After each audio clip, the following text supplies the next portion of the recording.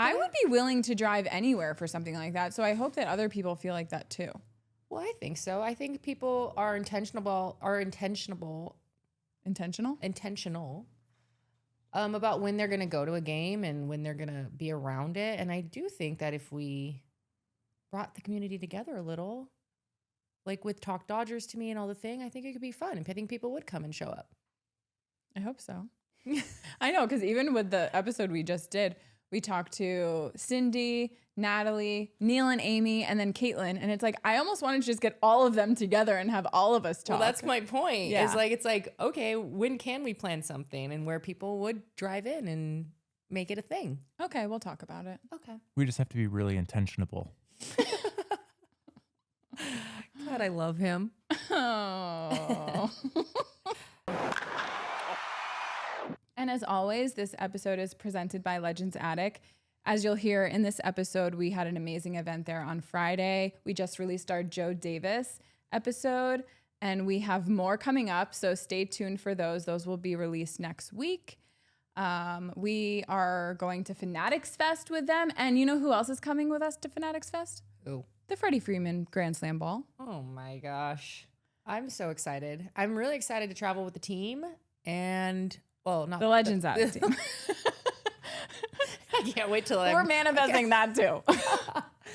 No, it's going to be a great event. It's going to highlight Dave Holbrook and all of his just art, everything that he's been working so hard for. And it's going to be great. So stay tuned. Like always, follow us on Instagram, like, subscribe. That's honestly the biggest way you could help us. Share videos, but follow Legends Addict as well. And we'll keep you in the loop with upcoming events, and we'll see you there. Also, guys, if you're going to a Dodger game coming up, make sure to use our code and get $20 off on SeatGeek. Our code is TalkDodgers. And now to the episode.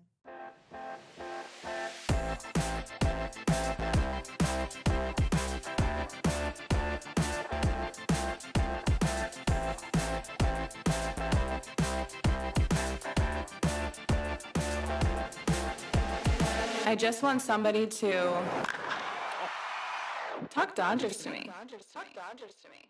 Welcome back to Talk Dodgers to me. My name's Jaclyn Ruiz. And I'm Melissa Meyer. And we just finished our first fan episodes. Wasn't that fun? It was really fun. It was really cool.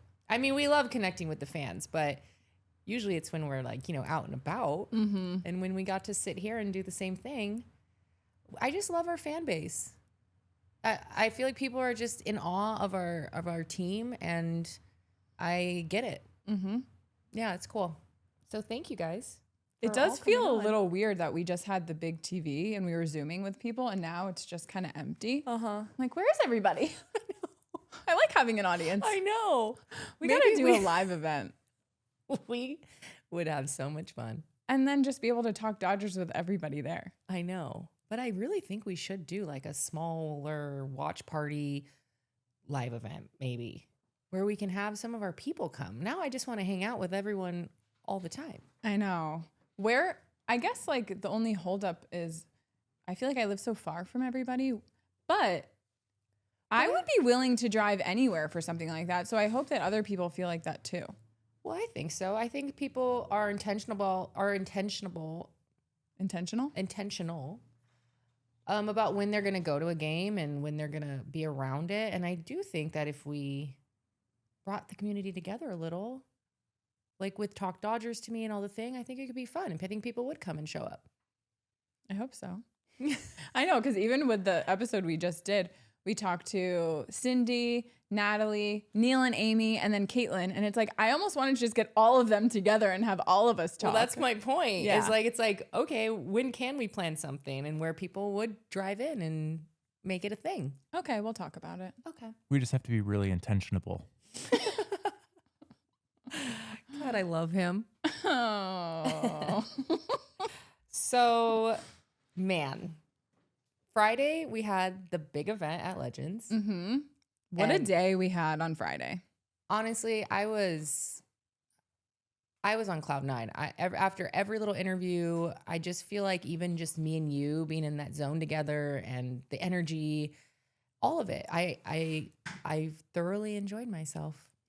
Yeah, it really was great. We like to coordinate and on our outfits and things like that, and we both felt fabulous that day. Yeah. And that in itself just kind of like helps you stand taller and feel really confident and things like that. And my gosh, from our breakfast and chatting about things and walking over to the event, it was such a great day. Yeah. We got to talk to, okay, it started off with Jaime Harin. Wow. Actually, you should say his name because he complimented how you said it. Jaime Harin. Ooh, I know. nice. It's rolling off the tongue. I know. My mom like loved that he commented on it. We've talked about how we were able to sit down with him for a little at his golf tournament and how excited we were to really sit down with him and have more time with him. He's so special. You leave that man just like, I don't know if I want to hug him. I know. Or just I know. yeah, it's almost, you get that kind of, also the way he talks and he tells stories, you get that kind of Vin energy too. Totally. I was just thinking And that. it's like his rhythm. He and just it's also like, makes you feel so comforted, and he's just such a warm person to be around. I just absolutely adore him. mm-hmm. And getting to sit on both sides of him and listen to him tell stories. I mean, in every interview we had, I think at one point we both looked at each other just with like, wow, we're so lucky. I know. I actually watching back, because after Jaime, we had Steve Sachs. Steve was next. Sachs, Mm-hmm. which Second was time cool. on the podcast. And that was actually my first time sitting down, really getting to talk to him and just kind of hear more of like the back end and of what he does and his stuff with athletics. So that was fun. Obviously, the man of the hour, Joe Davis.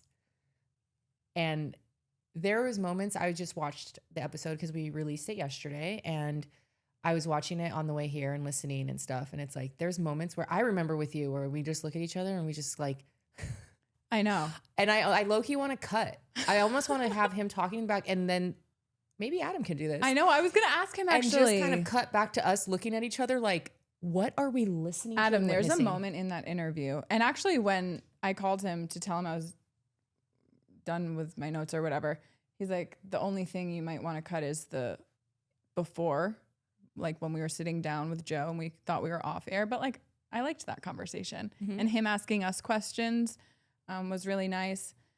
But there was a moment where Joe is talking to us, Adam, and it's almost like he's calling a game and he's reliving the moments before the Freddie or Gibby meet Freddie moment.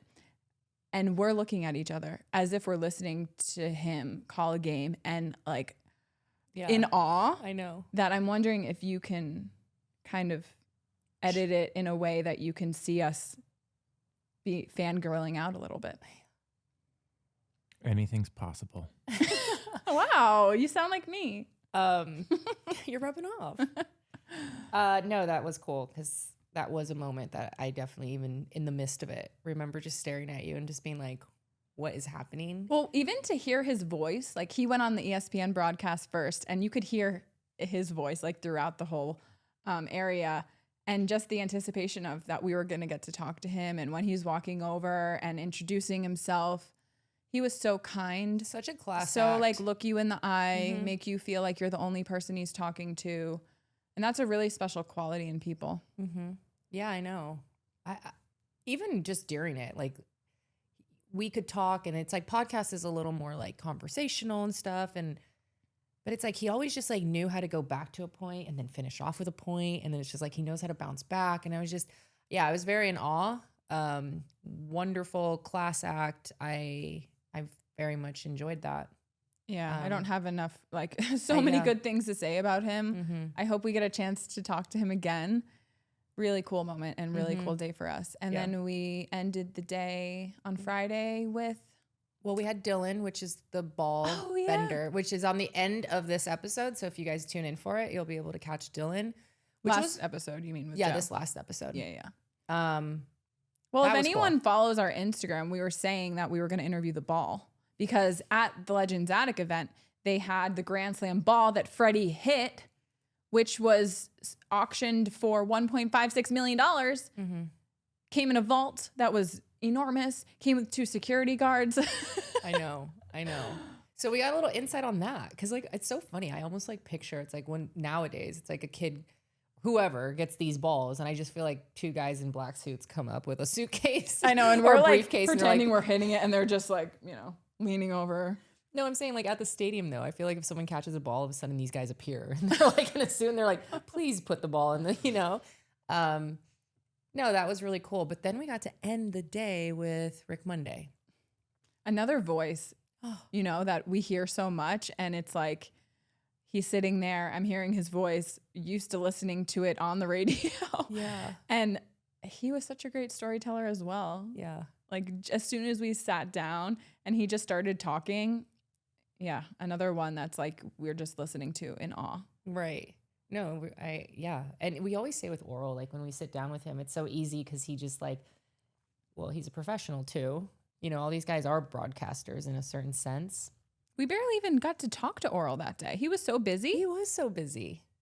But it makes you comfortable when you're sitting down with someone like that and the conversation, and it's like you're just, I was just in awe the whole day. Mm-hmm. It was really cool. So after the Legends Attic event and all of those incredible interviews that we got to do, we went to game 1 of the Dodgers-Yankees series. Wow. That game, I hate to say I haven't experienced a baseball game like that in a long time because it's like I enjoy being at so many of the games and something was special. Mm-hmm. I don't know. Something was just... Well, the energy in the crowd, we were so pumped for that series. We were coming off of a great day, even though the traffic was insane. And you put me in a good mood. Yeah, we were pink. We were in a blue pony club. We were sparkling. We were sparkling all over in the all car. of our sequins. And I had been driving for so many hours that day that when Jaclyn got in my car and saw that I was in a really terrible mood, she's like, okay, get out. I'm driving. Hop in the back seat.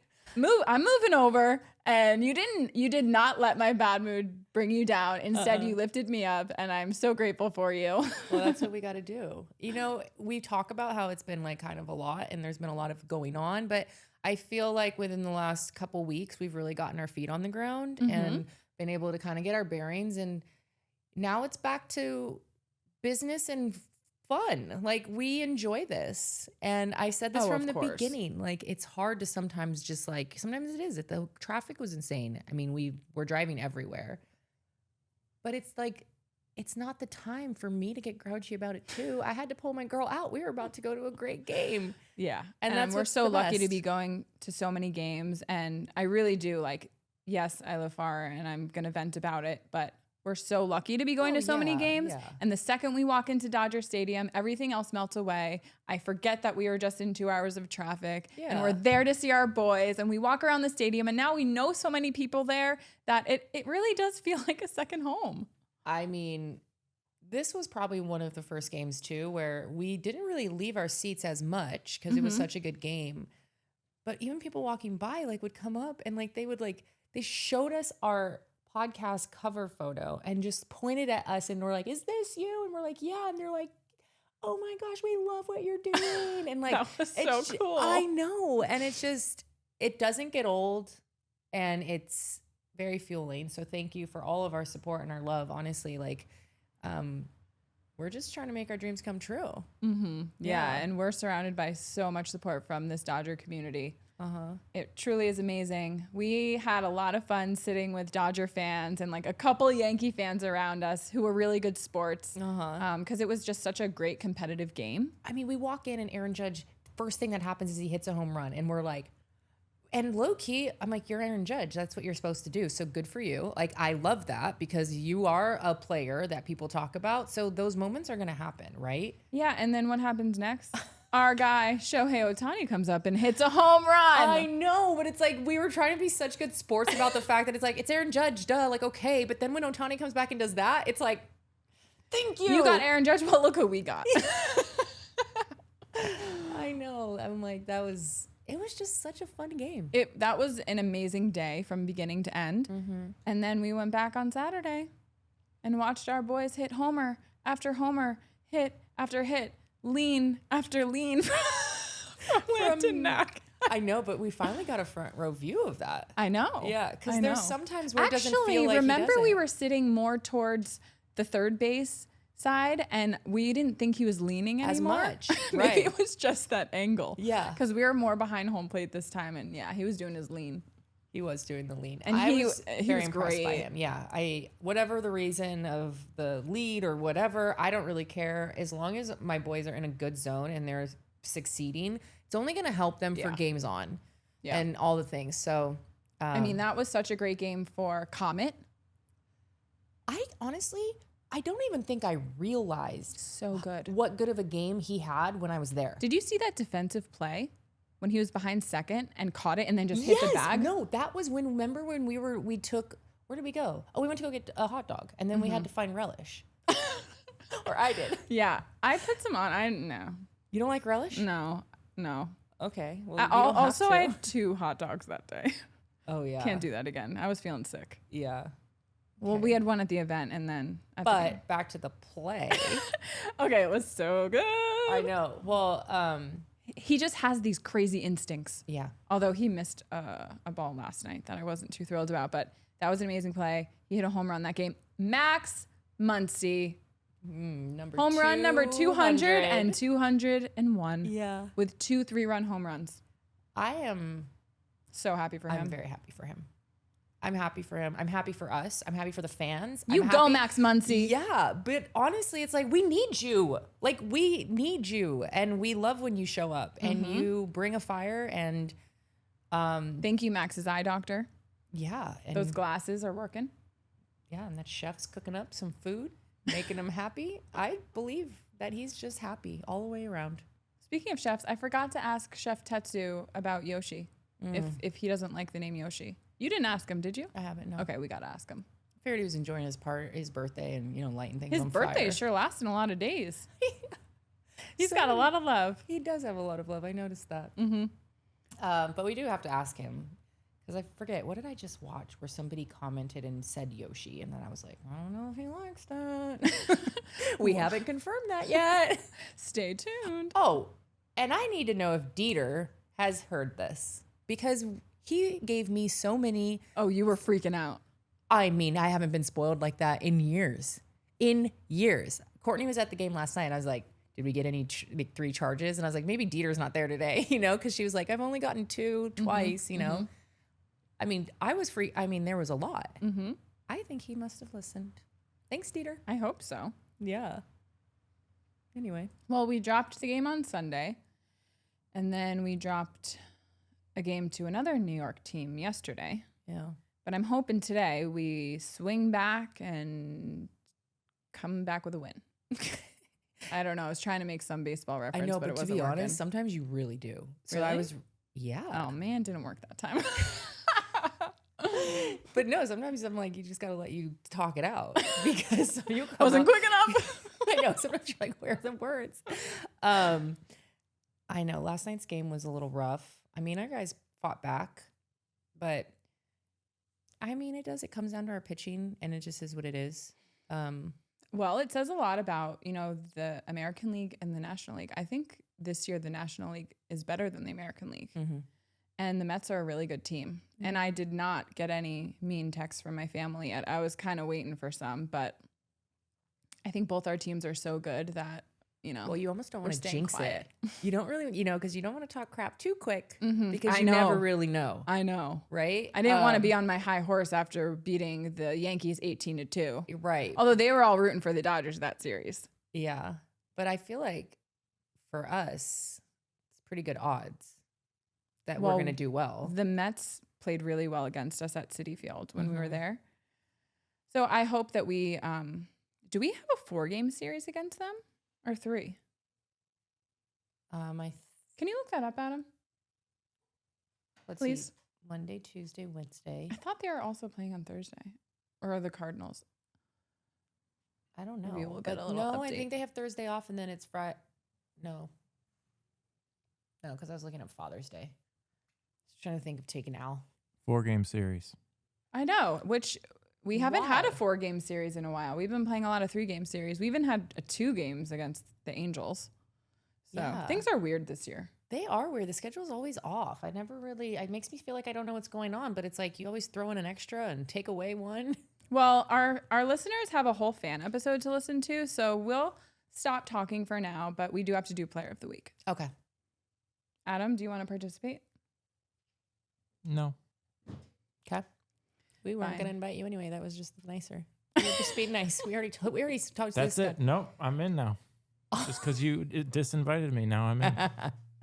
Oh, guys, you always have to cat and mouse game. All right. You ready? Mm-hmm. No, I'm not ready. I'm ready.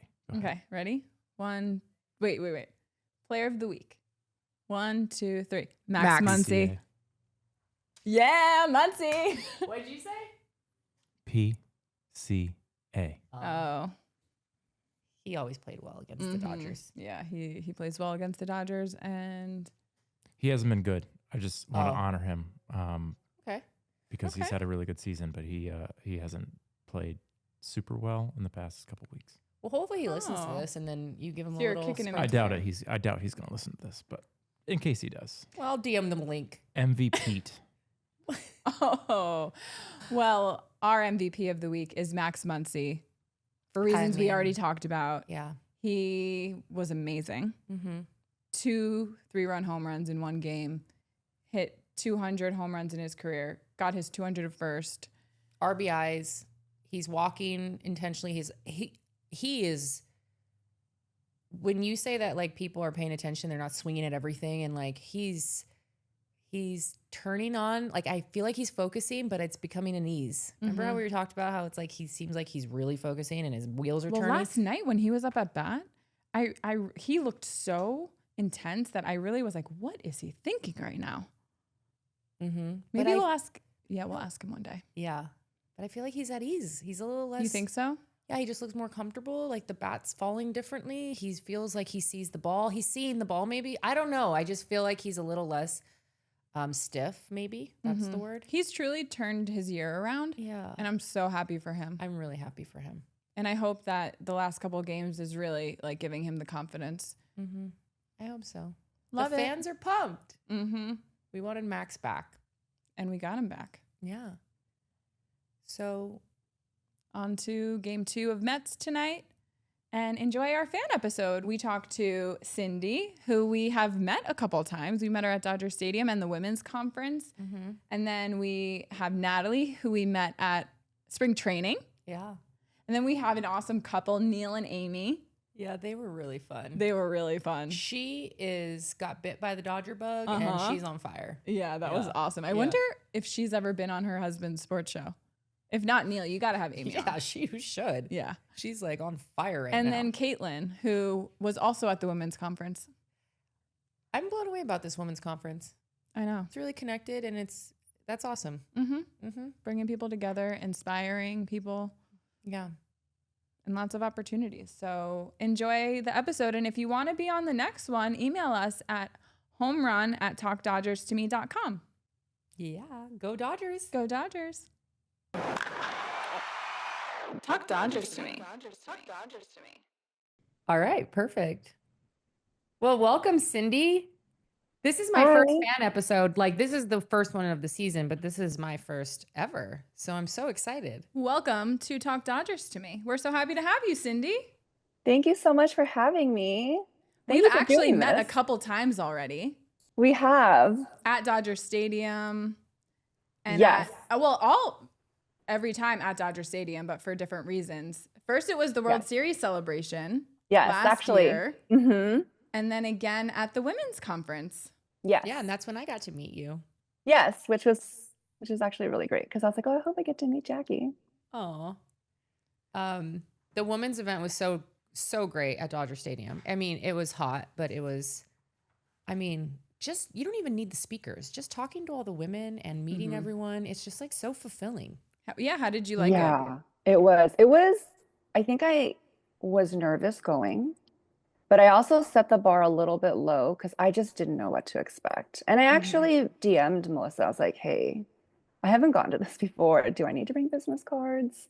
What do we do? It's a lot of networking. And so it was really fun. It was so great to speak to all these different people who came from so many different areas or avenues and backgrounds but we all came together for the same purpose, for the same hope and inspiration they had a great lineup of speakers. Mm-hmm. So I think that was also just encouraging and inspiring within itself. Absolutely. Yeah, we know. had the best time. Yeah. Well, tell us a little bit about how you became a Dodger fan and where your love of baseball comes from. So I don't come from a sports family, and I actually played some sports growing up, but I was never in like travel ball or organized sports. I played whatever the school offered. So I grew up in Los Angeles, more like East LA, and I went to an elementary school just down the hill from Dodger Stadium called Solano Avenue. And it's still there. Drive by it periodically if I'm going to the stadium. And this was in like mid 80s. There was a program that the Dodgers organization had implemented called Adopt a School program. And it's where I guess they took our school under their wing and they just nurtured us and they allowed us to have field trips at the stadium. They would have speakers come to speak to either the entire school or the upper grade who could understand whatever the message was going to be or the inspiration. It was usually leadership or something goal oriented. And since kindergarten, there was always like Dodgers, Dodgers, Dodgers, or we would always get stuff. Like, so there would always be like passing out helmets or backpacks or water bottles, and everything was like Lucky. very Dodgers, like, I guess planting seeds, but it also wasn't far from the stadium too. So it was very normal to be a Dodgers fan in that area. Yeah. I I know you bet. almost feel like they're like telling you what team you're supposed to love, but like A really little it's bit. like it's just because the city's ignited. And I think that's so cool. What an opportunity for young kids to just get like loved on and poured on by your city's team. Like it's, you know, I love the camaraderie. I love when I see little kids in the stands. I mean, really at so any cute. ballpark, but when you see a little kid and they're just fired up about their team, Yes. like I think that it's they're planting the right seeds. Also, to become a was. fan of baseball and the team on your own. Mm-hmm. Yeah, because we all, I mean, it was a small school at that time, it was about 200. And so you could easily just be like, I got this at school. I don't know. I'm just going to go play or do my homework. There wasn't, who knows if there was follow up with the parents taking them to games or watching it on TV. And at that time, there wasn't really a lot of merch to purchase. So you couldn't just buy a shirt and say you're a Dodgers fan. It's just, you kind of just had maybe a hat and a glove. And so a lot of the students at our school was a lot of immigrant kids too. So coming over, like baseball was not probably on the agenda of the parents. So it was like a fun distraction. And then I think as we got older, we started to realize like, hey, this is like there's an actual stadium up the hill and we can go to it. And then it gave an opportunity for kids whose parents will probably never take them to a game. But when we got to go on a field trip, we got to walk around the stadium and like see with our own eyes, like this is real. And there's like a Wow. field there and players play and it's on TV. It was like huge. Yeah. I It know was very sometimes. impressionable. Mhm. Yeah, and as an adult, you know, you almost take advantage of knowing those things, but as a young kid, it's like, yeah, it's like, wow, this is like the real world of sports. And you have these players coming into the classrooms. I mean, so cool. Yeah. Tommy Lasorda dressing up as Santa Claus. I Like, know. Well, first I'm like imagining your class and just like young kids walking around like we did, an empty stadium. I mean, we at the women's conference, we took a moment when we had gone to the bathroom to just sit in the seats where, you know, every seat was empty and just kind of take it all in from above. And you feel like a little kid Yeah. that's one of having the best stadium parts. to yourself. So I can only imagine how you felt being a kid. And I know from your email, you told us that you had a lot of different Dodgers come and speak. Tommy Lasorda, like Jaclyn mentioned, We dressed did. up as Santa. So what are some of those memories Yes. that you still have?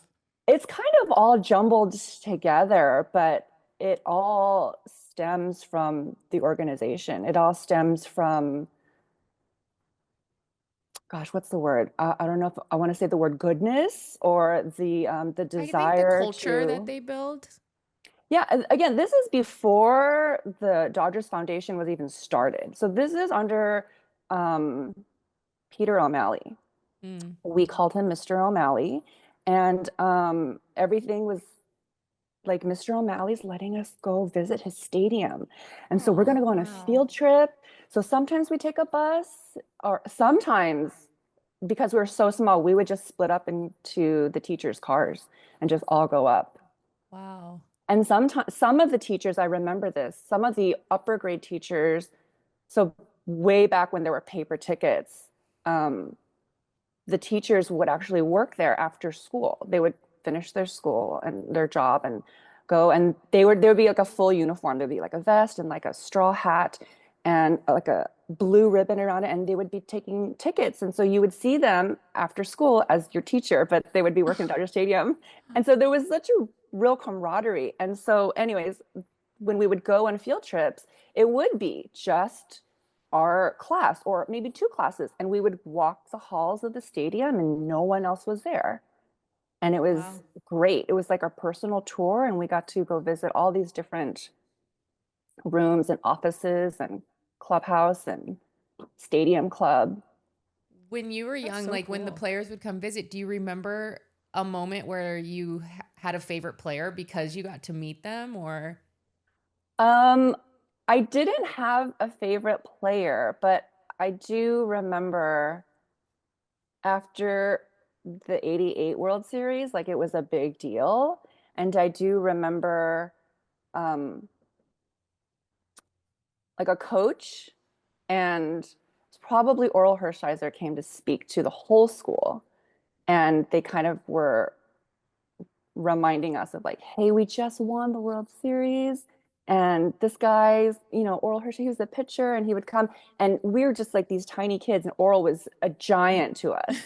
And I remember he would come and he would speak, and I would sit there, I'm like, wow, this is like a real player. Like he's at our school, but he's actually on the mound or at the stadium where we walked, and there was the coach who would say like, oh, this is how we would train him, and I'm like, wow, these people are coming to share all of this like fun information for us. Wow. This is And incredible. honestly, nowadays when we still, we have the honor to be able to have a relationship with Oral and things, we still are like, wow, like pinch me. Like when they talk about things, we're just hanging on every word and Yes. that's what I love about sports is because it is a little childlike. It's like allows you to kind of let down the cool guard and just enjoy like being in awe of your favorite players. Yeah, I mean, when you're a kid, and maybe back then, a lot of us were really shy. Not a lot of us had cameras.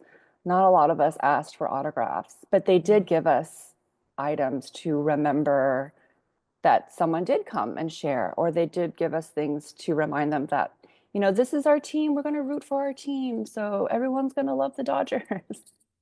I love So, that. Okay, so yeah, now are you watching every game? How much is Dodger baseball a part of your life? it's very much a part of my life. I've always been a Dodger fan. I was a little rough in the 90s, but never wavered. I've always loved the whole team and the whole organization. I don't think I ever had like a favorite player. I've learned that when you get attached and they get traded, it's really hard.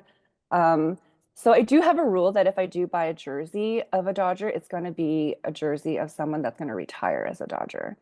So Good I rule. like that. yeah.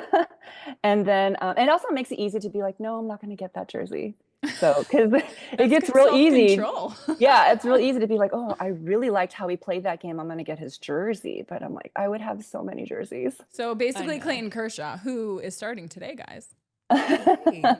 Um, I have a shirt of his. I don't believe I have a jersey of his yet. It's so And funny, Melissa, at the yeah, game, we just went to the Yankee game on Friday and was it Friday or Saturday? Saturday. We went both, but Saturday was yeah. hot. and it was an earlier game. So we did a loop and stuff. And then, you know, we walked by the stadium store and she's like, what jersey would you get? Because I'll be honest, I've never really been someone, I've loved players, but never where I'm like, I want their jersey. I don't know why, but I kind of like that rule. Maybe Kirsch is my first jersey. Wow. Kirsch was my first Dodgers jersey for sure. Yeah. I have a Jackie Robinson jersey and I love it. It's my That's a good one. favorite. Yeah. That's awesome. Yes.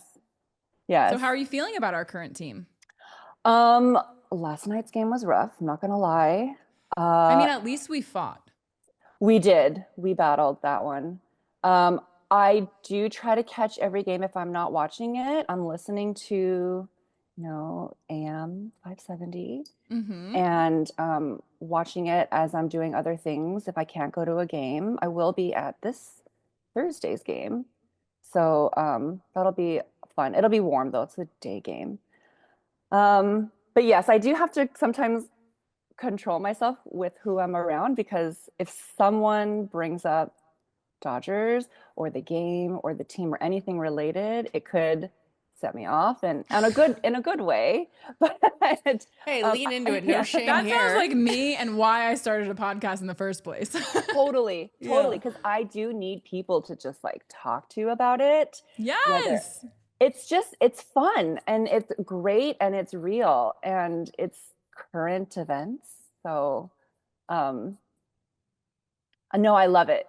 People, more guys talk to me about it than girls do. I don't know why that is, but I have a lot of girlfriends who are aware of the Dodgers and they kind of know, but they wouldn't be able to go through the lineup. And so I do love talking Dodgers. Love your podcast.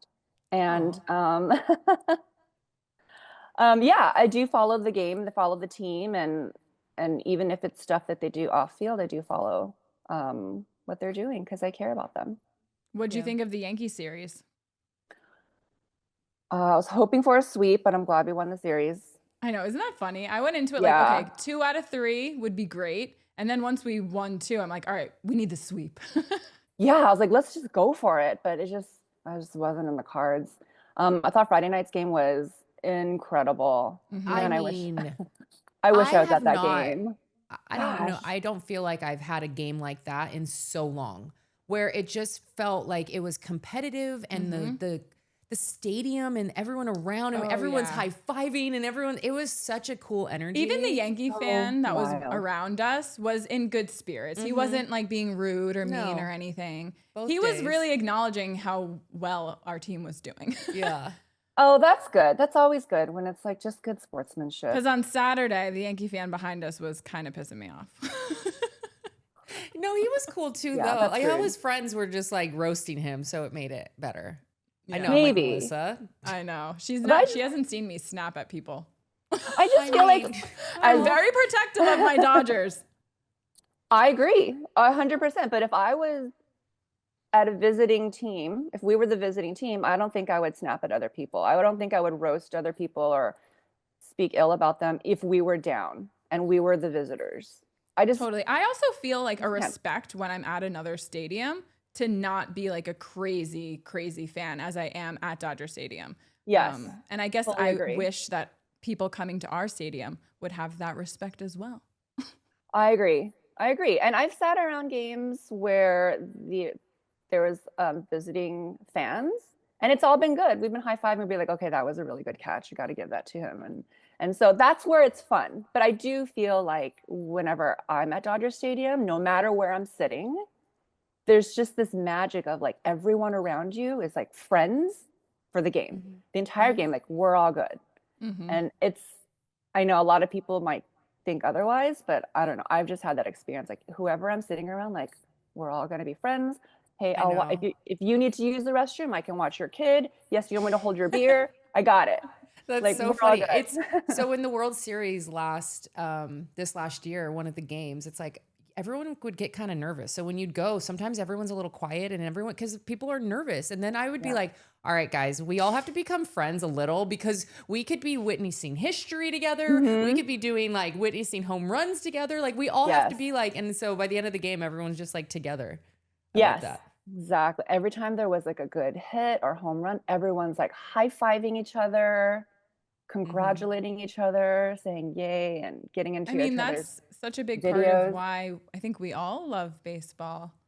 Because as soon as you walk into that stadium, it doesn't matter who you are, what your background is, you all bond over this passion and love for the team. And Yes, everything else just melts away and it's like everyone's 100%. family.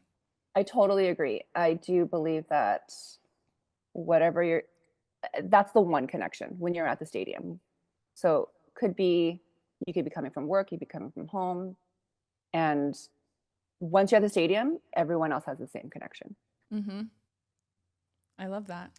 Well, Yeah. amazing. Well, on that note, thank you so much for coming on and being our first person on a fan episode this season. Thank you so much. Well, this was so exciting. I thought you guys were going to go through so many requests and submissions. I was like, I don't know. And I was a little bit late too. So I was like, okay. Well, here we go. had already met and I'm like, okay, we got to get her on. Yeah. Oh. And it was so Thank you fun so to find much. out that your friend wore my dress to Coachella, the Yes. sequence one. So that was such a Yes. fun connection too. Yes, when she wore that, I was like, hey, is that Soul Boutique? And she's like, it sure is. And she's a love that. huge fan as well. And Aw, so, that's yeah, so yeah. sweet. I read your email to Adam and Jaclyn, and it's just really nice to get to know you guys. You know, the reason that we're sitting here doing this is to connect with other Dodger fans. So to learn more about you and, you know, that you love the podcast just means so much to us. Yeah. Well, I love what you guys are doing. I think you guys are on a really great trajectory, and it's so fun. We have a great team. So Oh. And I'm sure we'll see you at Dodger Stadium this season. I would love to. Yeah. Every time let's you're plan like, a game. you're Yeah, like, just let us know when we're you're here. going because we go a lot. Yes. I mean, I try to go at least once a month, but if sometimes I can go more than once a month, I will definitely let you know. I'm going to be at Thursday's game. I don't know if you're going to be there. Maybe. We might be. We'll let you know. Okay. Or if you're going to go to any of the San Diego games too. Oh, we have to. Yeah, we're talking about it. We'll see. Yeah. So I'll Stay send you tuned. guys a DM and then maybe we can meet up. Perfect. All right. Well, thank you so much, Cindy. Go Dodgers. Thank you. Go Dodgers. Cindy. Bye. Bye. Talk Dodgers to me. We have to get that in there. That looked really cool. I know. What is that? Yeah. I Okay, hadn't show us opened again. it.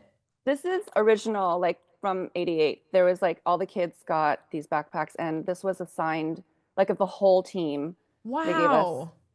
So this like has. I don't know if you can see. There's like Tommy Lasorda's. Oh my gosh, that's so cool. Right there, and whoever was like on the 40-man roster, I guess for the '88 series. Yeah. Then I found these like old baseball cards. So here's like Eddie Murray. But do you guys remember Mother's Cookies? Mm-mm. Okay, No. I'm like dating myself. So there used to be this like cookie brand called Mother's. I love cookies.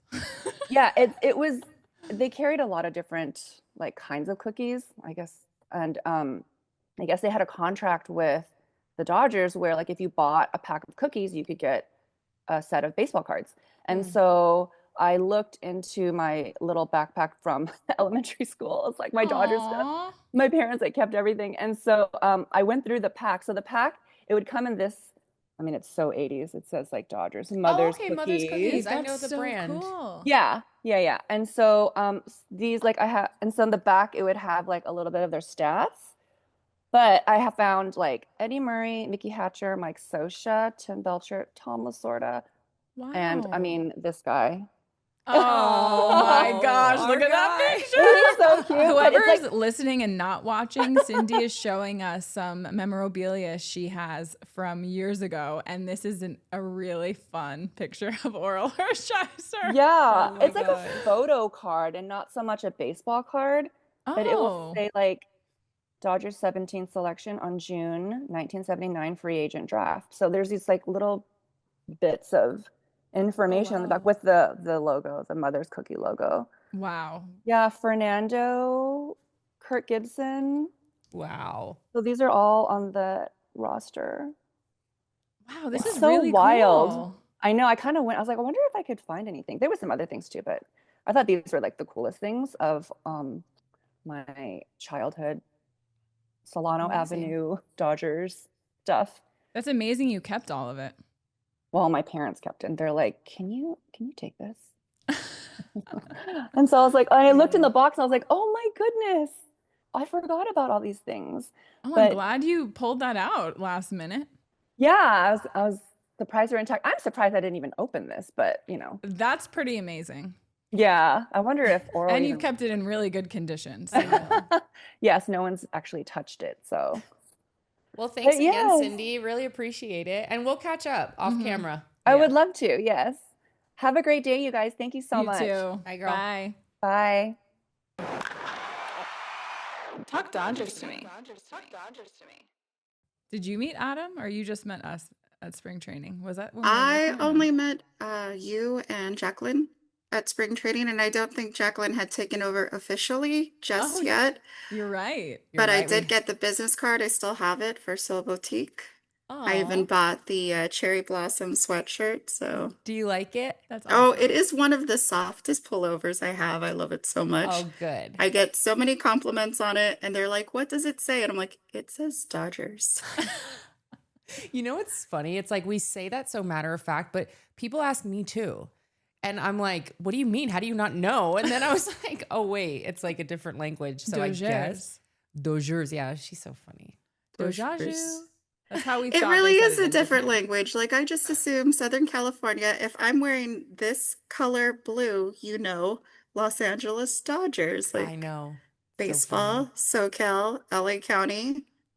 Yeah, but so many people walk around wearing Dodger hats and they know nothing about the team. This is true. This It's is a true. tease. I just But that shows how many people come from other places because when I lived in Texas, or really when I travel anywhere in the United States, if I see someone with a Mhm. Dodger hat, I'm like, Dodger fan, and it's always like, no, I just really like the hat because it's like a vibe, like New York, LA. It's like, I know. I Yeah. guess that's fine, but I just always want to talk about the Dodgers. So I like talking about the Dodgers too. I just automatically assume if I see someone in an LA hat, they're a Dodger friend and we can have a conversation about anything. So exactly. Well, Natalie, welcome to Talk Dodgers to me. thank you. So happy to be here. I know, it's so nice. This is my first season. That's so funny that you saw us. That was kind of before we really announced it, and Mhm. We hadn't even, I don't think we had talked about it yet, did we? yeah, that's why I was there. Oh, yeah. Okay. We met you at spring training and you were Mhm. coming in, not full force yet, though. I'm just Yeah. trying to backtrack. We hadn't- It's been a long couple months. I don't think it had been announced, but like you were like, "Oh, I'm here," Yeah. and I like Dodgers too, and I'm like, "Yes, she likes Dodgers too." See, you saw just our friendship and how great we Yes. were, that it just was meant Mhm. to be. Yeah. Yeah. Spring training was so much fun. It was my first time ever going, and I'll be 44 this coming September. So it took me 44 years to get there as a Dodger fan. So was it your Yeah. guys' first time being at spring training? Yes. It was. Like It the was vibe so there, much fun. it was so much fun, and they're so close. I know. Oh It my was so gosh. cool. Like you I could can't reach out believe and I touch didn't. them. I'm like, how did I not do this before? I know. But right? then, I mean, really, in 2008 was when they came to Arizona because before they were in Florida. Mm-hmm. They were in Florida. So Yeah. Yep. it was what, a 3.5 hour drive from Los Angeles. Well, I live in Upland, so Inland Empire. It was like 3.5 hours to get there. 100% worth it. It was a great grown-up weekend. I had so much fun. It was such a great kickoff to baseball season. We had a blast. I mean, we were walking around. I mean, meeting people like you. It was so much fun. I know. And I wonder if off of a championship year, like it was even more of a hype because that was like the first time we were able to see our boys since they won. You know, it's like we yeah. go through this series and then there's like you watch them and you're glued to the TV and then they win, which I'm glad, but then it's just done. And then I think everyone showed up to spring training like, oh my gosh, it's them again. Right. We all went through this like huge emotional upheaval and then kind of like an emotional healing break. Yeah. And then it's like the build up starting like, oh, spring training's gonna start. Oh, the boys are in Arizona. Oh, I can go see them in Arizona. They're just next door. Yeah, it was a lot of fun and everyone was so happy. Mhm. Like that's what it felt like. Sometimes you go to games and like people are there, like especially during the week work week.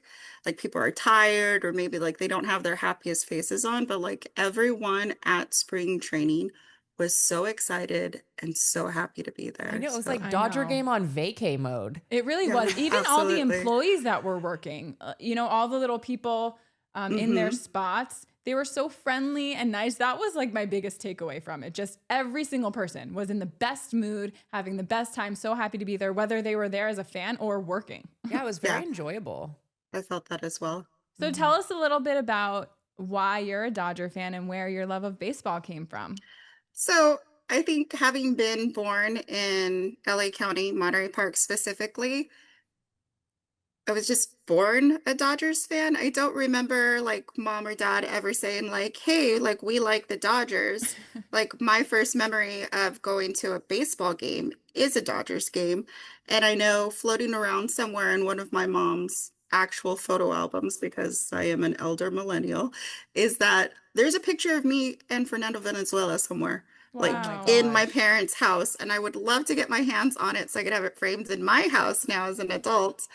Um, but yeah, just going to games, and it was occasionally if Dodgers were on TV, we would watch, but it was never made a bit. It was like never a huge thing in our household. We weren't like a sports TV family, but if it was on, we watched it. If my grandpa was watching the game growing up, I would talk to my grandpa about it. We would read about it in the paper. And then I would say like further into elementary school, I got into trading baseball cards. Well, I wanted the Dodger cards because I knew the Dodgers. Those were my guys. That's my team. So like give me your Dodger cards and you can have the rest of these. I don't really care about that. You know, I personally played softball from 12 all the way through high school. Um, I moved out to Lincoln Heights in my 20s for an apprenticeship for work.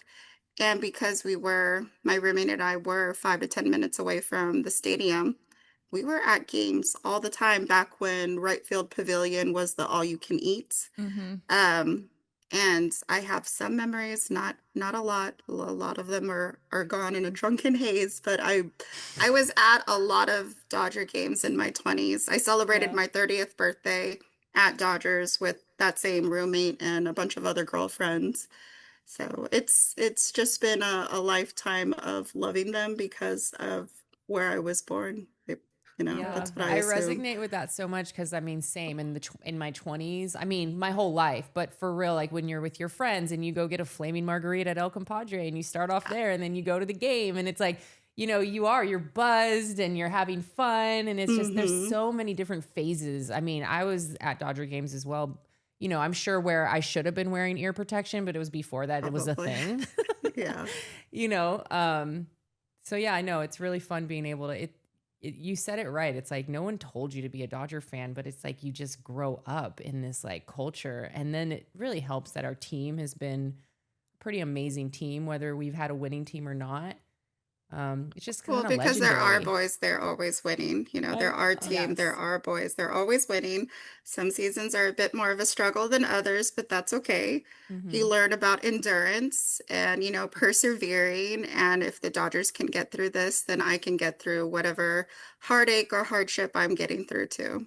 That's So, honestly exactly why I love baseball. And I think my favorite part of your email that you wrote into us was how connected you are with the players and how, you feel what they're feeling. And if they're hurt, you're thinking about them after the game ends and their family and stuff like that. And that's so like us too, and what connects us to our team and why we love them so much. It's like, it is one-sided in that they don't know us. right. But you really do feel like we know them. Yeah. Yeah, I feel like they are my friends and I care about their emotional health and their physical health. It was like Freddie coming in round third to hit home, I think 2 games ago. And I was like, there's no way he can stop at third. Like, that ankle won't allow it. He's going to I have to know. keep going. And, like every time I just see him, like, because like his proportions, he's all legs, right? And his legs are just going. I'm like, he can't stop. He has to go. I know. And the fact that he was safe, I was like, huh. I I Because why know. was he safe? Because that long leg hooked I around and got know. home plate. So. I know, but he it's like like karate chopped it in and Yeah. like I know. I was like, how did he get himself safe in that position? And it was his like long leg. It's the he just long is legs. so fragile. So it's like you're kind of looking Yes. like this, but you just want him to be okay. Yeah. Like I worry about his ankle. I bet like every once in a while those ribs are still sore. I'm like, I think about Mookie and that, the wee little pig that didn't get any. I'm like, Mookie, what are you doing walking around in your house? Where are your night lights? I know. What's with our team and having like issues in the bathroom or walking to the bathroom? And also, don't this is know. the second toe injury, and I'm waiting for Adam to chime in because he likes to talk about Clayton Kershaw and his toe. But I said that's because they probably all have Japanese toilets now and they just can't, they just like run to the restroom to use it. I mean, I love that that's good. Sasaki was like, hey, if you get me the really nice fancy Toto toilet, I will definitely sign with you guys. And they and they're did. like, okay.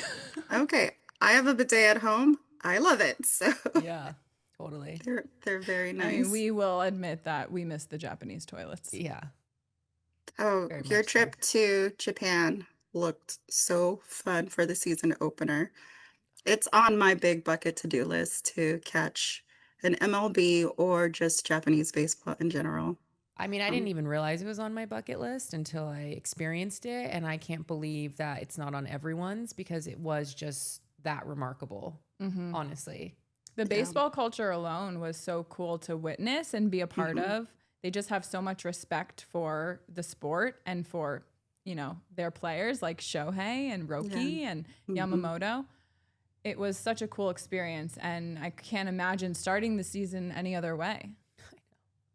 I'm still like, I can't even believe we did that. I know.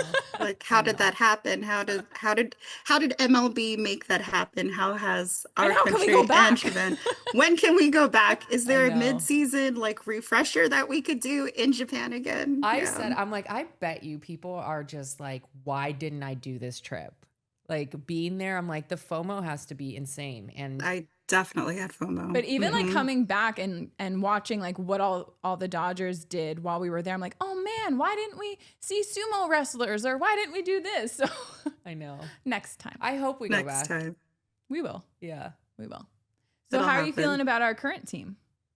I feel like there's a lot of pitchers on the injured list. Like, how did Oh that my happen? What is going gosh. on? And I think I mentioned a little in the email to you, like being in this new relationship with my boyfriend really like reignited my love for the Dodgers, but baseball in general. So like I've been reading up on just like the pitching culture in the United States, and how a lot of injuries are occurring. And then, like you guys have talked to Oral Hershiser about it too. And he was saying like he thinks a lot of it comes out from just like how intense practices are. So it's not even like injuries that are happening during games, but during practice to get ready for our games. And then just like speed and velocity being pushed so early onto boys as young as, 12 all the way through high school before, bodies are even fully developed biologically, we finish growing around 25, 26. And then how like some of our like Mexican leagues don't see as many injuries because they don't really push for that speed and velocity until like full body development. So Wow. yeah, it's been really interesting to like see it happen in our team from like an analytical sense, but like my feelings are like, oh, that's so much money resting on the bench. Like that's so much money in rehab. Like, what are we going to do? Although May yesterday, fire, did so well. And then my boyfriend was with his sons last night and we were texting. I was like, do you ever think Jack is going to become, like a starting pitcher? I'm like, I could see it happen because he's not just going in to get like one or two outs. Like Jack Dreyer can like pitch innings. Like he could do it if need be. And he's like, they might need him to. Like you never know. And it also depends on what Jack wants to do. So Yeah. I was really impressed with Knack. Oh yeah. Was other that day. Saturday or Friday? Against the Yankees? Saturday. I against was the Yankees, really impressed. yeah. I mean, it's been a little shaky sometimes with him, but I was very impressed with. He was on that Granted, day. he did have a really good cushion, so But, you know, it just sometimes it takes those cushions and him feeling that comfortability to then really feel it and hopefully carry it on through the But season. they did ask him about that, saying like when you go in with a 10-0 lead, does that give you kind of the relief? And he's like, I really try not to think about it at all. And I think that's kind of the mindset of the pitchers, which is interesting. But you're right. Dustin May looked great yesterday. I love his roar when he comes off and he's proud of himself and he he's gets that so proud of strikeout. himself. Yeah. But I was so impressed with Jack Dreyer too. 2 shutout innings. Sometimes I wonder if like they put him back in the next inning because he did well the previous one. If he wasn't doing well, would they have put someone else in? It's interesting to see what they're doing with all of these pitching injuries and who's stepping up. And Dreyer and Ben Kasparius I don't know what we would do without them. Yeah, my same thoughts. Ben Kasparius, I could see him eventually, if injuries linger, becoming a starter as well, because he's getting in there and pitching more than just the outs needed at the end of an inning. He can go innings as well. So it's fun to think about that for them because they're so young, they're hungry, but they're also so composed for their age on the mound, which is, you know, like sometimes you see that, and you know, like earlier in the season when people were saying, oh, Sasaki had like tears when he went back to the dugout. I'm like, it is emotional. So to see someone so composed in that situation with tens of thousands of people yelling all that noise and just to keep it together and hit the box, like I was so proud of especially them. for Roki. I mean, he came from silence. Yeah. I mean, that's how they played the game, you know? Mm-hmm. How are you feeling about Ohtani and maybe his pitching debut at some point? I love that even with the injuries, that they haven't pushed his training. He's still going his 6 days of training, 1 day of live pitching, always on a Saturday. Um, I feel so lucky to be in this time period with him, to see his magic at work. Like, he is a unicorn, generational player. I don't know how else to describe it other than he's a unicorn. And if I am lucky enough to see him pitch, how amazing will it be to like tell grandchildren, if able to, like, I got to see this man play in his heyday and he was as amazing as everything you've ever read or been told. So it's very exciting. I don't want them to push him. Also, that man was not sleeping. He was just resting his eyes, because dads only rest their eyes. Poor They guy. don't He's sleep. been home and he's probably staying up with the baby. Like, No, I wonder if he does get absolutely. more sleep when he's on the road. But I know. It's like, I know. That was funny. But it also, we watch him and talk about him in only the best light, that if that was another player like a Manny Machado, I don't think we would be as easy on him. I was thinking about that. No. Well, he just Yeah. looks so innocent when he does anything. It's the dumpling face. It's the cute little. My sister was watching the game with me last night, and she knows nothing about baseball. And she was saying that she thought Shohei Ohtani looked like he was like an AI generated perfect doll. Yeah. Honestly, He does I could kinda see look like that. that. I could see from He that. is perfect. stands to like, even after he hit the home run, he was just like, She's like, he doesn't look real. I know. I'm like, now listen to him hit that ball. Yeah. That doesn't seem real either. The composure, just the stoic when up to bat. I love when he does get emotional after certain hits, you know, because it makes like everybody else on the team feel like they can let loose as well. You know, and I just remember, you know, reading interviews with him when he was on the Angels, just seeing how much pressure it was and just like stressful, like if he didn't perform, like what was going to happen with the team. And now here he is, a star among stars. So it's easier, like, you know, there's a little less pressure, like, except for the pressure he puts on himself, of course.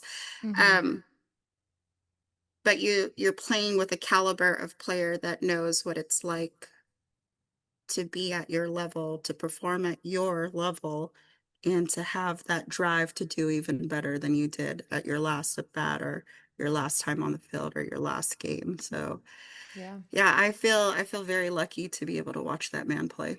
And that's just a perfect kind of description of everybody on our team. I feel like that's how everybody feels and thinks. And even when we were mentioning Jack Dreyer and Ben Kasparius, I think those are two starting pitchers, but they're like everybody else on our team, willing to do wherever Whatever they're it put, takes. whatever they're told to do, whatever inning it is, they're just down. Yeah. As soon as Kike gets, his chest plate and face mask for catching, he'll be out there too. So. Safety first. Safety first, absolutely. I know. Is catcher the only position he hasn't gone to?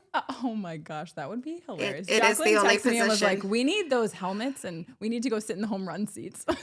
That would be Because they were so much talking fun. about Ohtani. It's like his ball is like off the bat, it's like 100 and something miles per hour. Yeah. I mean, I go, if a car was going that fast, like, and it hit me, that would kill me. But it's like, even when it loses velocity or any speed, it's still like 80 miles per hour. I'm like, I want to sit in those home run seats, but I might need a Kike helmet. We'll wear them. Did you know that helmet was originally made for Bobby Miller? Because he got hit in the head so bad, but he didn't want to wear it. So Kike was like, I'll wear it. I'll wear it, no problem. But I could see that because Kike also knows that if he is needed somewhere else, he needs to be physically able to do that. And if he gets hit in the head, he's not going to be able to fill in at second or short or third or pitching. So wear the helmet. It's Wear like the half helmet. so fun because you're kind of like laughing at the situation, but also I'm just like, that's our team. Like we're able to just show up. And I like had reposted and I was like, fans everywhere, other teams hate us. And we're over here and it's like Kike on the mound with like, Because we're up 18-2. However, there was a game this season where Miggy Rowe had to pitch, and that was because we were losing. yeah. I remember, yeah. So I would like very another Miggy happy Rowe it's- pitching It's session. us on top this time, especially against the Yankees. That was crazy, but Especially against loved the being at that game. Yankees. Yeah. That looked Wow. like a great one. it's just fun to watch my mom woke up the next morning and said the first thing she did was check the highlights. And she lives in New Jersey, so she's, Yankee fan. Yeah. But she's like, I woke up, I looked at the highlights, and I saw Muncy. She's naming the players. I'm like, Mom, who are you? She's like, Muncy hit 2 home runs. And I was just picturing did. you and Jaclyn jumping up and down for joy. We were so happy. I I'm like, love that's it. exactly what happened, Mom. And she's like, and then I went for a walk and I put on my Dodger hat. Aw. Good for her. Yes, Well, Mom. and this is coming from, she's low key a Yankee fan. Yeah. Okay. So So So you're turning her. I You're turning am. her. I am. Dodger blue probably looks better on her anyway. Right? I think so. oh. Well, that's our time. Okay. Natalie, thank you so much. It was so nice to see you again. Nice seeing you both I know. again. And talk Dodger baseball. This is And so get fun. to talk Dodgers baseball. Yes, We I could had keep so much talking to you fun. forever. I know. We'll keep Well, in touch though, because we're probably gonna do a watch party at some time to get our fans together and all the listeners and things like that. So, I know. Even like Cindy, who we just talked to right before you, and you, like, I want to get all these girls together and Yeah, us we all to should. talk. That would be so much fun. I think I had mentioned maybe either on Instagram, like on a DM. 2 of my girlfriends and I were taking the train down on the 11th to the Padres Oh, yes, you did Dodgers message me game. that. So we'll be there shouting our little heads off, having a good time. So I mean, Yeah, we have to figure out if we're going. we might make a quick day Yeah. trip. I mean, yeah, we it's could a, it's a take the day train. game. Yeah, It's a day yeah. game. The trains are fun. You pop a champagne bottle. By the time you're there, you're ready to Hey. go. You walk across the bridge. I I've never mean, been. I've never been to the. I haven't stadium either. There. I've only been for a concert. I've never been for a game. So this will be my first time. Oh, I'm so Ooh. nervous. Okay, to we'll face let you that. know if we're going. Okay. If we don't, just let us know when you're at Dodger Stadium. Would love to meet up. Gonna be there on the 16th for Snell's bobblehead. There you go. Oh, okay, cool. Yeah. Is he gonna be back by I then? know. I'm like, does he get a bobblehead if he's not? I'm really pitching? bummed Tommy didn't come through on his bobblehead night. I really thought it was meant to happen. The Dodgers should put their bobbleheads like in whatever injury, in the position of their injury. Like they should, Blake Snell should have like a sling or something. Yeah, that's kind of funny. If you're That going to would be be injured and you get a hilarious. bobblehead, you get known for the injury. That would be funny. I don't know Anyway. about that. So is Mookie gonna have like a wrap on his toe? A wrap on his toe. Kirsch too. Right. Anyway, all right. Thank you so much, Natalie. Thank you you, so much, Jaclyn. Thank Natalie. you, This was so Melissa. much fun. Go Dodgers. So much fun. Go Dodgers. Bye. Bye. Talk Dodgers to me. Adam, you want to come around and say hello? Mr. Show, no show his face. Mystery man. Well, hello, Neil and Amy. Welcome to Talk Dodgers to me. Yes, very happy to be here. Thank you for having Aw. us. This is awesome. Yeah, I'm well, Jaclyn. Nice to meet you guys. Nice to meet you as hi, well. Jaclyn. Yes. Feel like we kind of know you already. Well, let's get to know you. Yeah. So I guess I'll start. So she's a Dodger fan because of me. I mean, I think that's accurate to say. Is that true? That is true. Okay. I'm very happily. I'm happy that that's the choice that was made. Oh, the story gets better. Yeah. No, so my father took me to my first Dodgers game. I'm not sure exactly when. I think it was June of 1976. So I have a famous picture of me where I'm 7 years old, somewhere in the Loge section. And of course, it's weird to me how much different the stadium looks now than it did, 40, 50 years ago. Anyway, so that was where it started. And I was a big fan of like the big infield during the 70s, Garvey, Say, Lopes, and Russell.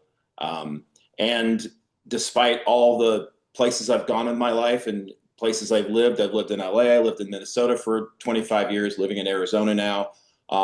Always followed the Dodgers. It's just of all the teams I could have been a fan of and all the places I've lived, I've always been a Dodgers fan first and foremost. So, and awesome. Love to hear. What was it in We met 2017? We met in 2017, and then 2018, I think, was the World Series. So at that point, I was kind of getting to be more of a fan. Kind of thought baseball was boring in the past, but just like anything, once I start getting into it, I just love it so much. So to the point where he's like, I watch more Dodger baseball since I've been married to you than I have in a while.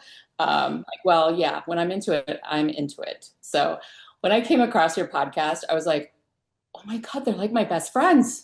This is exactly what I would say. I know the players by their bodies too, not just their numbers when they're standing. No. Oh my God, I'm going to start crying.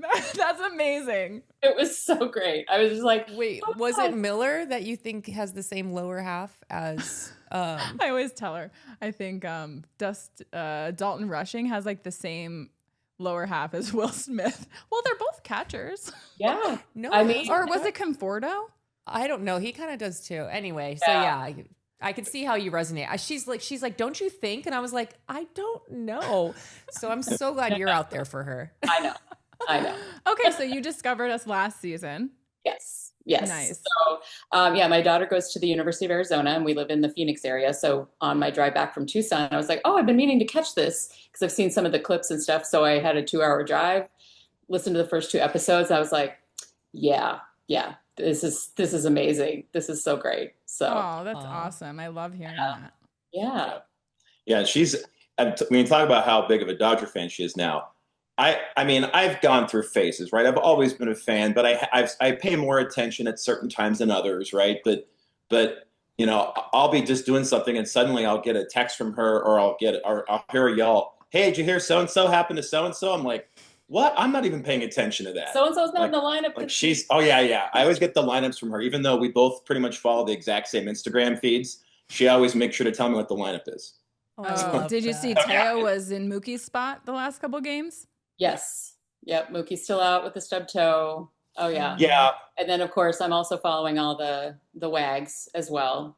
So Hitting in the wags. that's how I really kind of know other things are going on and stuff. But it's Well, so fun. we have an It is exciting so guest fun. coming up, so stay tuned for that.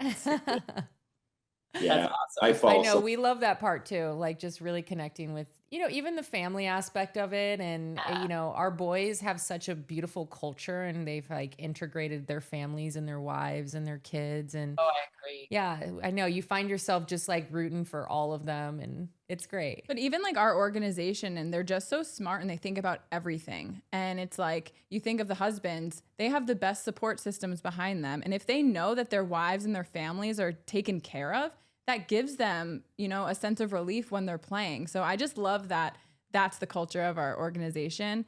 And we love to learn about, all the people behind our boys. Oh my gosh.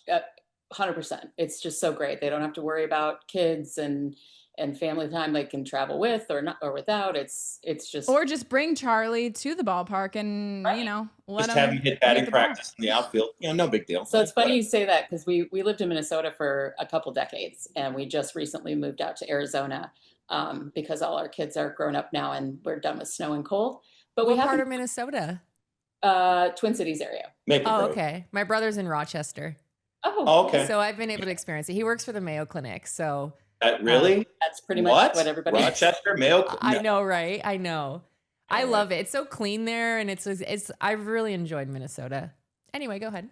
not in January, February, but what's so great is that we're where Camelback Ranch is and spring training, and like that's just an added bonus of living in this area too, and getting to go to not even just the games but the practice and getting the upfront viewing of everything that's happening when they're getting ready and the batting practice and watching the pitchers and the catchers and everything is just, oh my gosh, so much fun.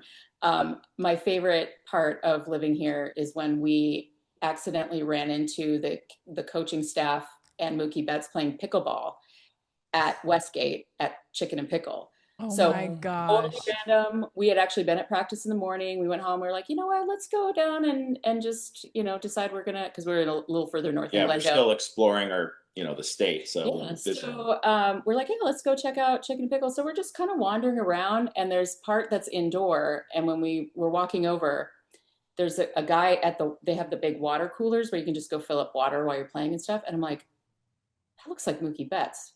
Oh. And then I saw the necklace, and I'm like, well, if that's not Mookie Betts, I don't know who that is. Like it's his twin. So we just kind of, and I don't want to be all obnoxious because like this is their time of like I'm not at the field, but I'm like, oh my gosh. And then I go over there and I see Danny Lehman and Mark Pryor and their kids and McCullough, and I was just like, so we just sat and just watched the whole. We're like, oh my god. Have you ever heard of Chicken and Pickle? No. It's this like huge place. There's one in San Antonio that opened, and it's just like this. I lived in Texas for a little bit, and I just moved back. But it's this huge, and it's a brewery, it's a restaurant, and then they have outdoor pickleball courts, indoor pickleball, so you can rent the pickleball courts and play. It's really cool. Art games, other Yeah. stuff. That sounds really fun. I know. So were you just kind of like watching from afar, or did you say hi? We didn't say hi. I know she wanted to. I really wanted to. I took one sort of sly side picture that you can, if you know who it's Mookie Betts, you can tell. But I didn't want to be like, oh, I'm over here just you're out here. And we weren't that far. We're probably 15 feet from them, 10 feet at times, right? Because there was tables right next to it, and people were being served there. So we're just gonna sit here and scooch in here and grab get some food, watch Dodger people play pickleball. It's fantastic. That's so awesome. I love that. And Neil, you have a sports show that you do? Yeah. So a buddy of mine here has had a relationship with a local radio station. I think there's 4 sports radio stations in the Phoenix market, and this is number 4 easily, right? No offense to them, but he a couple of years ago he reached out after I had moved to Arizona. He said, "Hey, I got a chance to do a radio show. You're going to do it with me?" I go, okay, I guess. I've done radio before, but yeah. So we have a weekly sports radio show that airs every Saturday morning from 10 to noon here in the Phoenix market. Cool. So we it's called the Weekend Warriors. We try to keep it very very general. We don't get too deep in stuff, and my buddy and the other co-hosts, they're the really nerdy sports guys. They can get deep in stats and stuff, and I'm just hey, pop culture, let's do this. So I kind of keep it a little balanced. But one thing, Ralph and I are both from the Los Angeles area, so we're both huge Dodger fans, and so we have a good time giving grief to the Arizona Diamondbacks fans here because we're pretty obnoxious. In fact, other radio shows on the network, we're known as the Dodger people. So yeah, that's funny. It's fun. Yeah, and Diamondbacks fans are they're not really nice to Dodgers fans here.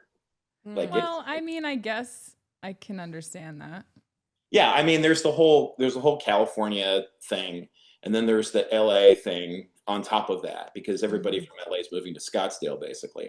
At least it feels like that. So yeah, but it's good. But here's what I will say is that we've been to every game. I think we've been to almost every Dodger game at Chase Field since we've lived here, and I can tell you that at least 2 different Diamondbacks ushers came up to us and secretly told us they were Dodgers fans.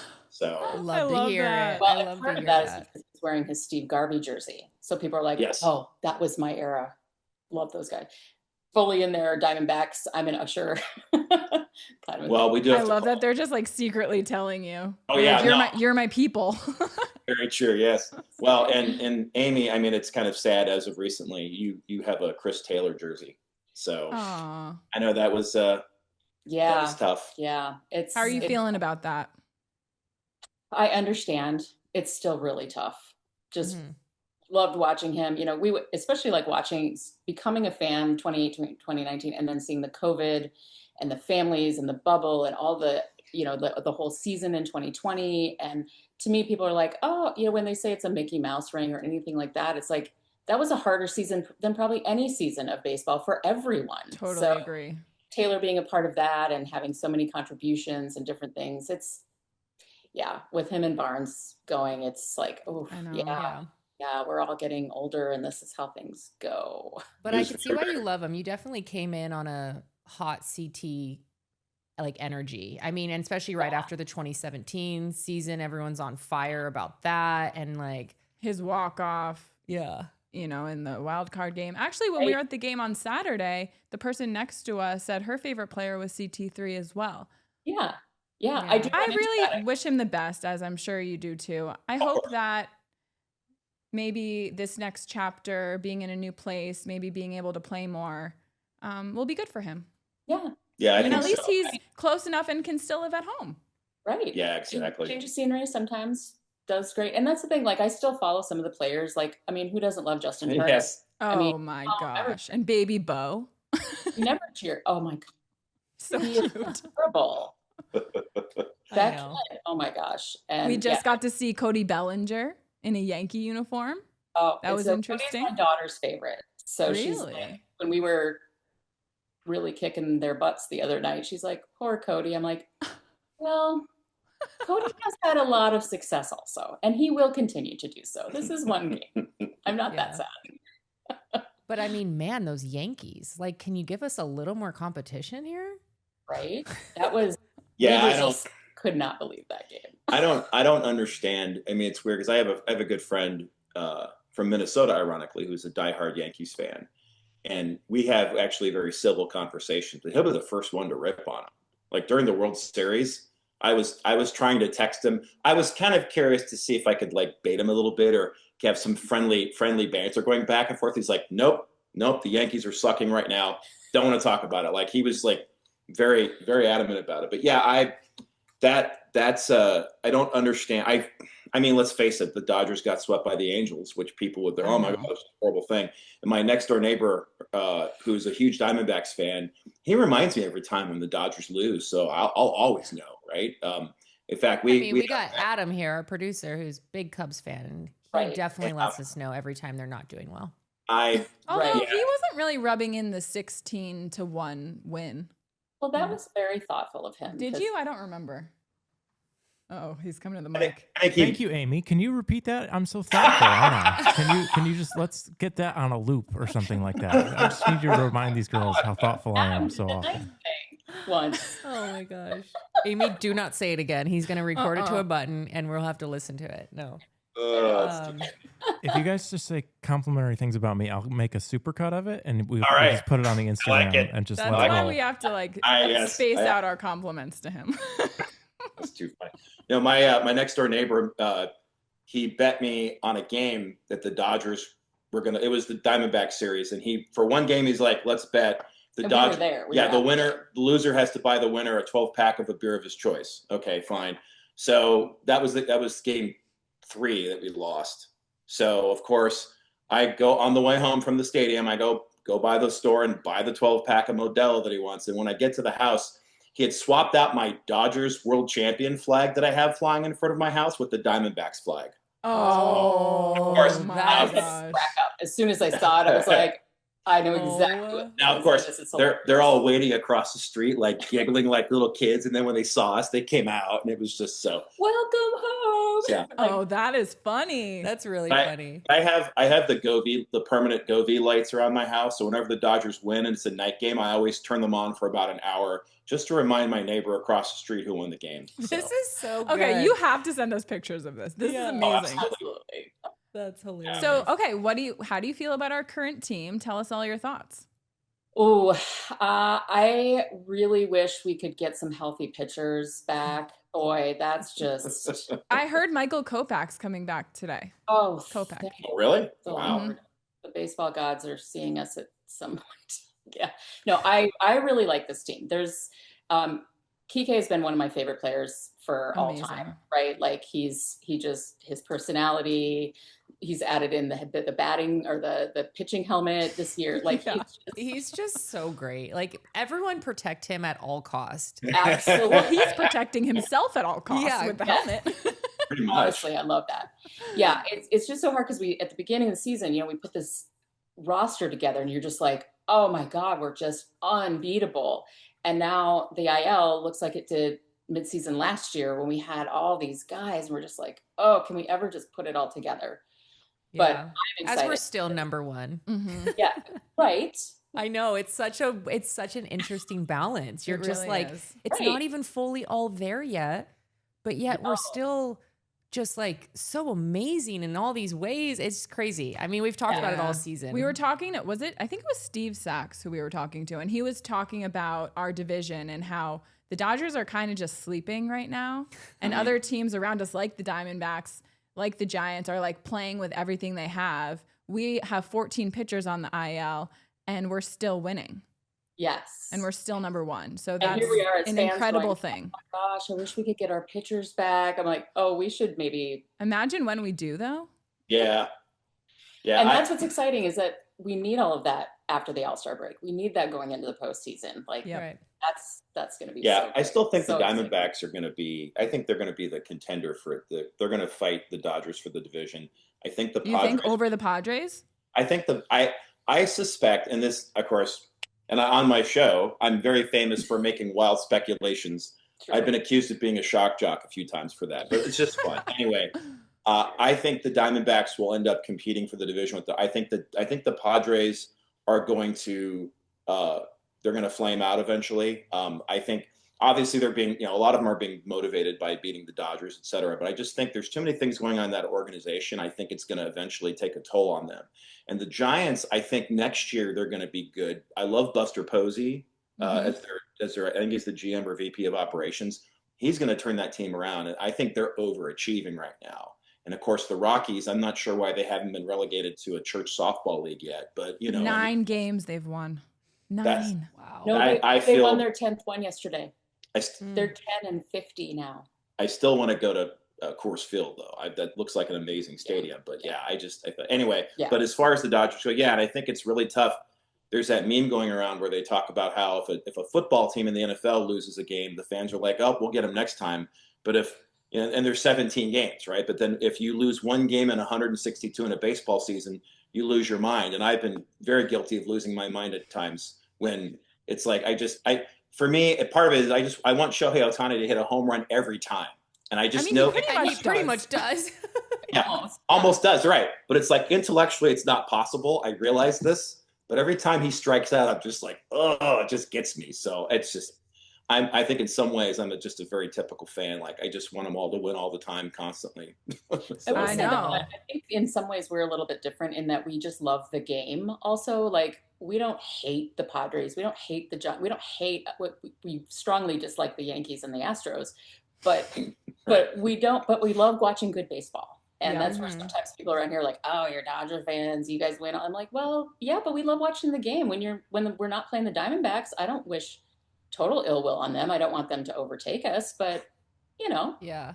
I'm not it like even Friday and Saturday's games. Like Friday was such a good game on both sides. Both teams are playing really well, and that's a really fun game to watch. We both love baseball and watching good games like that. However, watching our team just destroy the Yankees and get hit after hit, homer after homer on Saturday. That was so fun. I mean, we were just on cloud 9. yeah. It was very cathartic. It was really the best.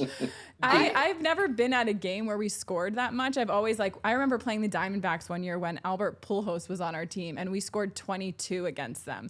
Yeah. And I'm sitting at home just watching this like, why am I never at a game where we're scoring like this? So to be there with you, it was just so much fun. That's like her favorite. It really is, because I don't have any worry or anxiety or, when we're back and forth, I get nervous and I'm freaking out kind of. So if I can relax, that's personally my favorite kind of game. We got this. Yeah, like this is great. I can just keep watching you tee off and beat none other than the Yankees. Like this doesn't get any better. Yeah, I will say Yes. that I am like a very big baseball fan, so I will say that the hate for it's not hate, but Padres are just not really my vibe. And It's their attitude, right? Yeah. Or to the series in a couple weeks. Yeah. At Dodger Stadium, I think that's going to really tell us a lot about the Padres. When we I play. haven't felt this since when it was like the Giants and like that was, Yeah. I haven't felt this way in a while. So it's kind of fun but I'm nervous. Yeah, I think it'll be. I think the first series will be probably pretty tough, but I think later in the season when we face them again, I think that's how that schedule's going. No, we see him. We see him 2 times. We had the 2 double backs throughout the I season. know, isn't that so strange? That season has it always been like this? I feel like No, they started that when they started doing the interleague. You didn't play everybody. It was kind of like the NFL where you had your conference schedule, and then you played a particular division from the other conference, and they used to do that with baseball because you would do interleague play, but you would never play every team. But now they've made it you play every other team. So now in order to accommodate that, they have these weird double backs where it's like you play them in a series at home, and then a week later you're playing them at their place. Like I know. I don't know if I like that. I know. I would prefer it to be spread out and not playing the same team like back to back, but I guess it makes more sense for their schedules and because we are playing every team now. I know. For a second there, I was like, do we play anyone else other than the Cubs? I know. We did play them so much. Thing. Like, okay, I mean, we got to see them in Tokyo, but I'm like, Yeah. Then we come back and play them, and then come on. I know. I was like, all right. But even hearing from our players talk about, who they faced in the postseason, I think it seems like to them, the Padres are the ones that they want to beat the most too. Oh, 100%. Yeah. Well, I mean, last year that was basically the World Series. Yeah. Mhm. Yeah. When was it game 4 was the bullpen game? Yeah. I was just like, and listen, We're like, Or faithful, the Hernandez brothers game. yeah. But I was like, I said, okay, honey, I'm putting my jersey on. We're going to watch the game because this might be the last time we watch them all season. So I went in with really low expectations. And what do you know? They won the World Series. So that was pretty cool. Yeah. I actually have a video of me jumping in the pool. It was November, or late October. Yeah, when they won. So it was cold, but it was totally worth it. Yeah. That's awesome. Are you guys coming to Dodger Stadium at all this season? we hope so. We try to come out at least once a year for a game. Around my birthday, Yeah. which is end of August. Yeah. So last year we were at the 40-40 game for Ohtani.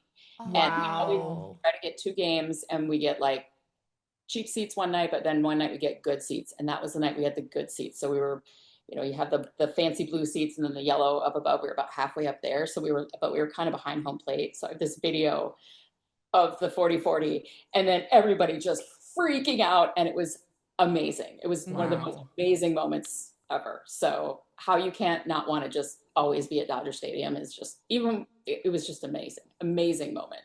I know. We tell each other often, like, we can't believe that when we drive up to the stadium, we're like so excited to be back. We can't believe we've gone as many times as we have. And it really doesn't get old. And then they go on the road and then I'm like, they're gone forever. And then you're like, okay, come back. I know. It's like our conversations to each other change so much. Aw. And it's like, oh my gosh, they play every day. I need a break. And then it's one day off and I'm like, oh man, I miss baseball today.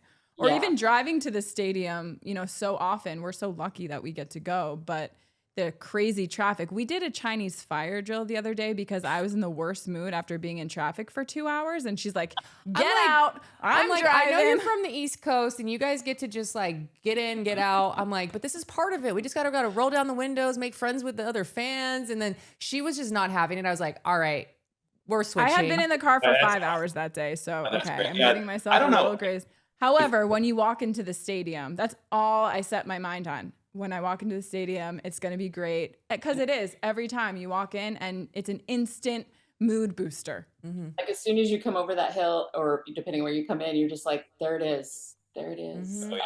It's So great. and it's I do notice that the traffic like leaving the stadium has gotten a lot worse. Like when I lived there, long story, I was a school bus driver for a Christian school and church, and I used to drive buses to Dodger Stadium, and so I learned all the fun little ways that the buses get out of the stadium. And Oh, I try to take those roads as much as possible, but it doesn't matter anymore. It's just we were there last year. The traffic was crazy. Like we took our time leaving, and it feels like they kind of try to rush you out of the stadium these days.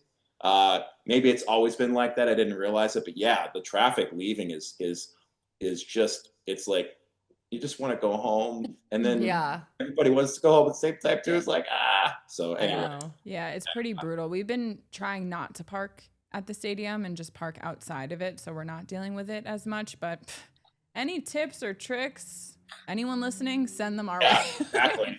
Please. Take it helicopter, For helipad sure. somewhere. Convert the old 76 station to a helipad, and like we'll do it. That's perfectly fine. Yeah, I know.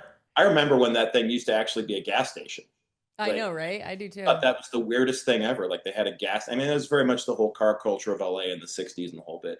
Although I don't know if they still have it there. I'll find out when I go to a game. But off to the side, I forget what part of the stadium, near like the right, like outside the right field pavilion, way by the end of the parking lot, they had one of the old Dodger ticket stands, like from the '70s, right?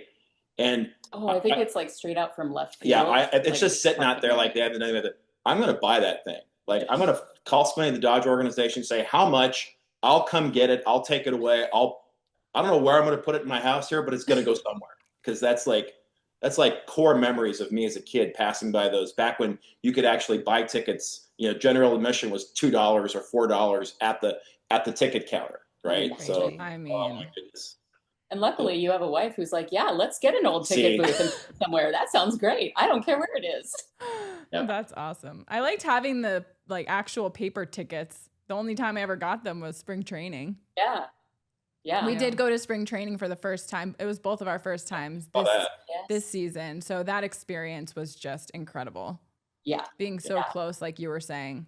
Yeah. It's a 20-minute drive for us. So yeah. And we did go to a spring training game. Actually, we watched them play the Mariners at the Mariners complex. So we went to not Camelback Ranch. So that was fun too, just to go and see other stadiums that are here. Because Yeah. They're a good team this year, guys. I was spying on some other teams, and they're on my watch list.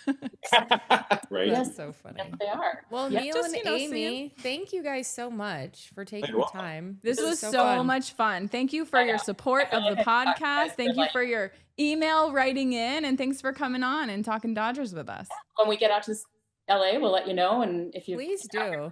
training, let us know. We'll meet up. Absolutely. We would love to. Please keep in touch. We would love to help roast your neighbor. Oh, yeah. You got to keep us updated on that little war you've got going on. We'll do that. Will do. All right. Go Bye, Dodgers. guys. Bye now. Bye. Talk Dodgers to me.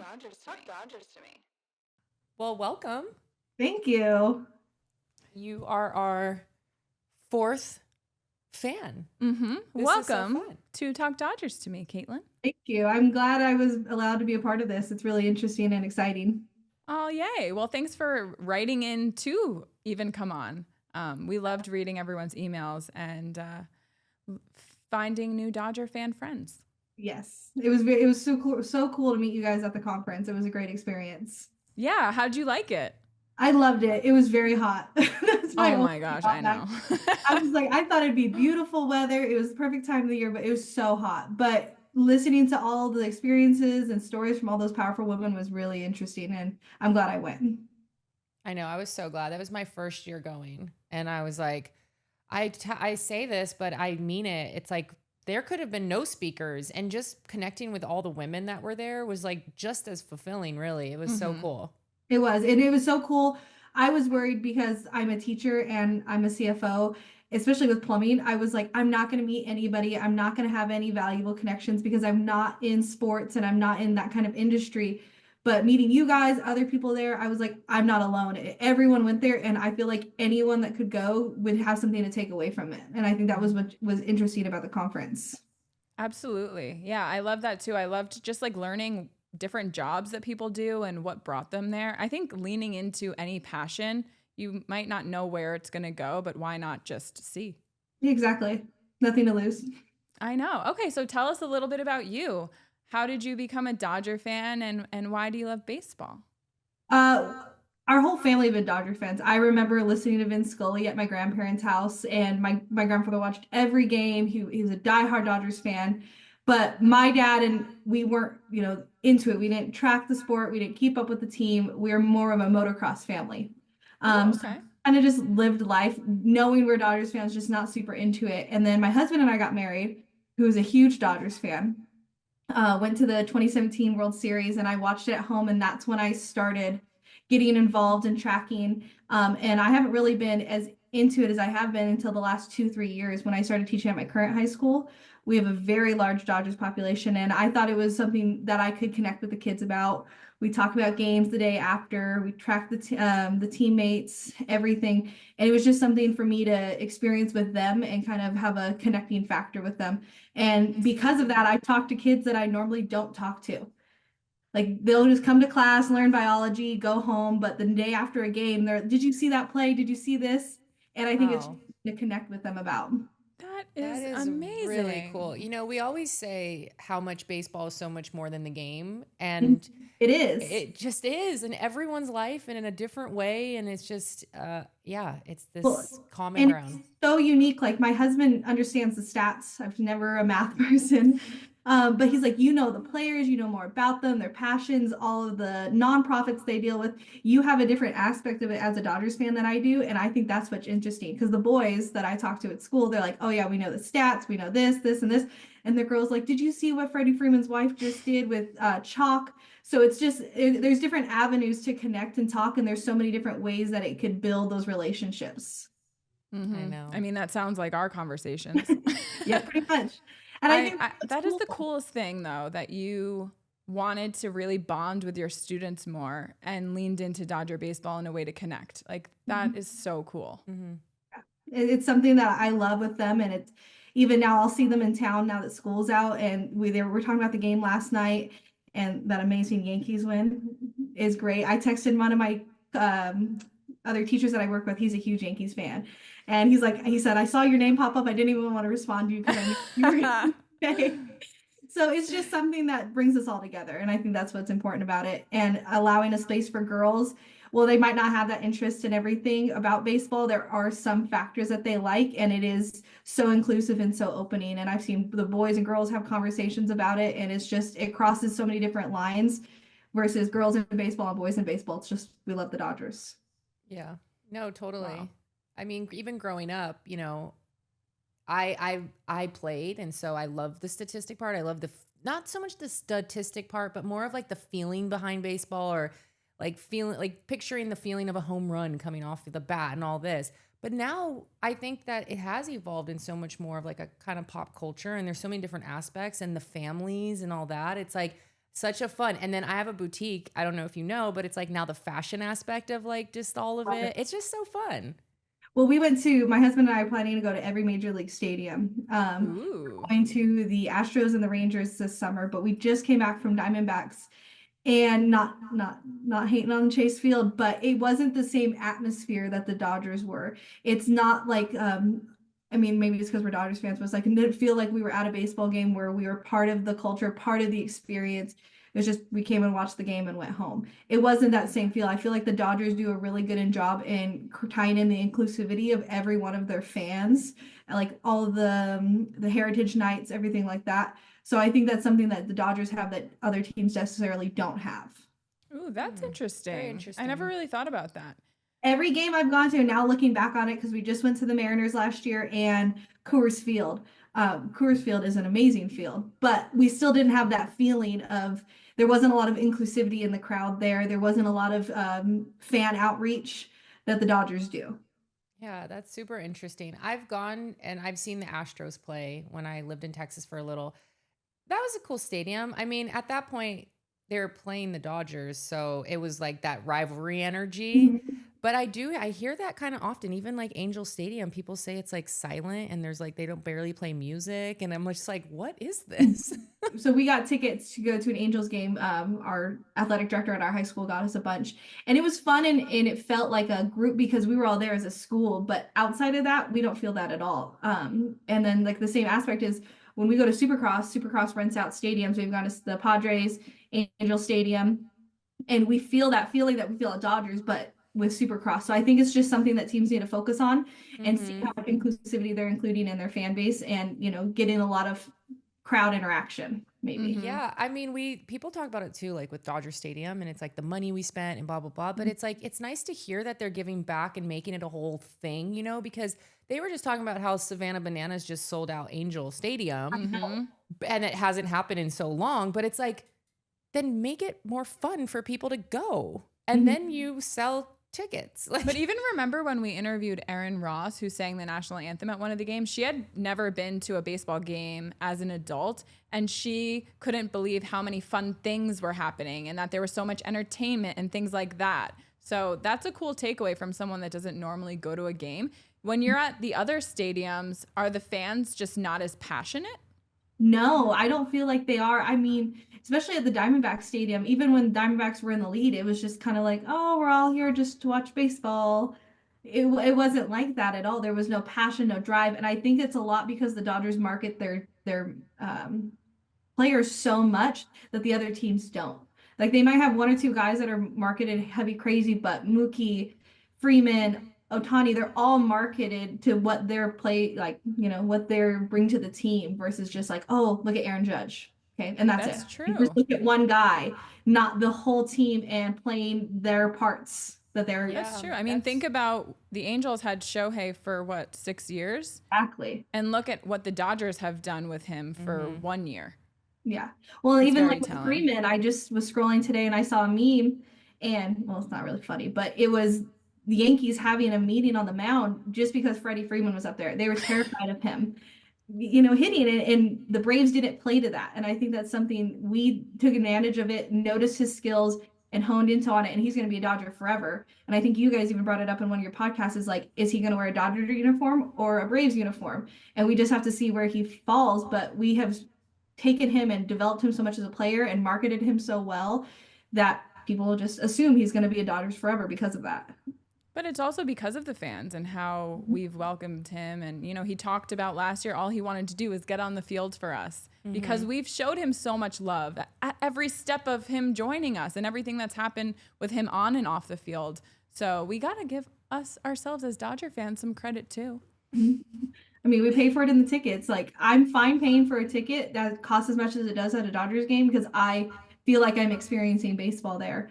Even before I, you know, started following as much as I did, and at the level I'm at now with my experience as a fan, I still felt like I was getting more out of it than I am at other baseball stadiums. Like now I just want to go to all of them, experience all of them, but it's definitely not the same experience as a home game. Yeah. So who are your students talking about? Who are their favorite players and what kind of conversations do you guys have? That's just so cute. I love it. They're like my cousins. We're very close family friends. Kylie and Reagan, they love the 2017 team. They're still tracking all those players. Like I know Kylie loves Bellinger. One of my students, Miley, is obsessed with Kike. Same with one of my other students, Maria Elena. Every day when we were waiting for him to re-sign, they'd come into my classroom, throw their phone down on their desk, and I'm Miss Blackwood, they still haven't signed him. When are they going to sign him? What are they doing to us? Like they felt like they were part of that trade deal or, you know, re-signing his contract and everything. But the main ones are Kike, Shohei, Mookie, all of them. Like it's just really, I don't feel like there are 100% team favorites. Like I said, like the Yankees, Aaron Judge, anything like that. They just love the whole team together. And that's something that Kylie always says. She's like, I love the 2017 team. They played so well together. And it seems like it's getting back to that point where like we have just a solid roster. If we had less injuries on our pitching team, it'd be a lot better. I know. But that's just something that we have to work for, and like waiting for Blake Snell and all of them to get off the injured list and come back. And I think it's just our team in general they love. How old are your students? I have mainly ninth graders, so they're going Oh, to be okay. 15, 16, or sorry, 14, 15. And then I do teach one group of seventh graders, but they're a little kind of just all over the place still. They're not focused in on it. But yeah, my high schoolers are definitely into it a lot more. I Man. also love that they are looking up to these players, all the ones you just named, and they're all such good guys and such great role models.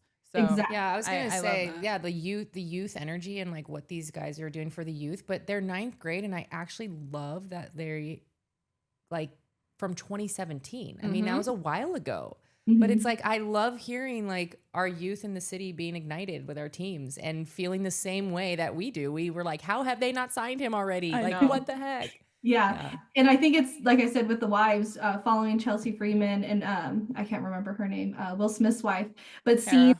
thank you, Kara, the nonprofit work that they do. I do so much of nonprofit in my role as in the plumbing company that my students are like, oh, that's really cool that you do that. Oh, look, they just did something else, and it can excite them and get the new round of volunteers in the next generation coming. Wow. Because without that, we don't have anything.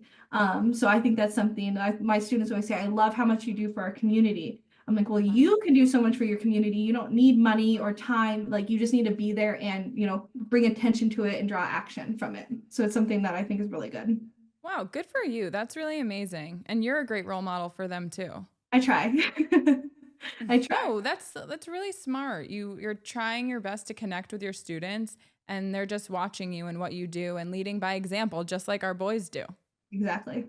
So when you say that you do a lot of nonprofit stuff and you volunteer and what is it that you do? So we sponsor a lot of the youth organizations here in town. We have an educational foundation that provides scholarships to our graduating seniors.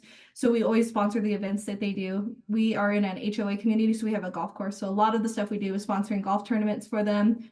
We sponsor the individual sports teams to provide equipment to the kids. What else do we do? We're part of the Tim Hayden Life for Christ Foundation.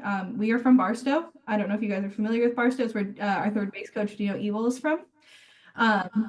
One of our police officers back in the 60s started this basically out of the trunk of his police car. He'd hand out Christmas toys to as many kids as he could. And we've continued that even after he's passed. And in his memory, we fundraise all year long. I throw paint and sips. We do community dinners. We raise money to get toys for them. And then on Christmas Eve, 5 a.m., we get up and we load up all trucks. There's probably 50, 60 trucks that go around town. And no matter the socioeconomical status of a child, if they show up that morning when they hear sirens, lights, the fire trucks coming around, they get a toy on Christmas. So it's just a way to make them feel that their socioeconomic status doesn't matter and they get a toy on Christmas. So that's one of the bigger ones that we do. Wow. That's amazing. That's amazing. So that really is cool. like If there's that. anything we can do or volunteer, please let us know. That sounds that. really cool. I'd love to be a part of it. Yeah. But that's what I love about living in a small town, and I'm sure Dino's probably said the same thing, is Barstow's home, no matter how far away you get from it. And that's just something we like to do to give back. And Dino has 2 sons that are going to be professional baseball players. Oh yeah, I've been seeing the Instagram reels on Corona High School, and I think that's just something that's so cool. To have him tied to us is amazing. Does he That's ever so come to these cool. events? Do we try to get him? I'd love that. I haven't seen him at an event in a while. He comes to the high school a lot to the baseball games, but he's a busy man. So I would love any chance to connect with him and connect with the Dodgers organization to help us, because we are a lower area, and a lot of students in our area are in the poverty level. So any sort of outreach and community help is a blessing. It really is. All right, we'll have to think about that. Yeah. We'll see Yeah, if we can make that's the cool. All right, so connection. talk current Dodger baseball with us. How are you feeling about our team? I know we mentioned the pitching injuries. It's But an we're up still and down. winning. So how are you feeling?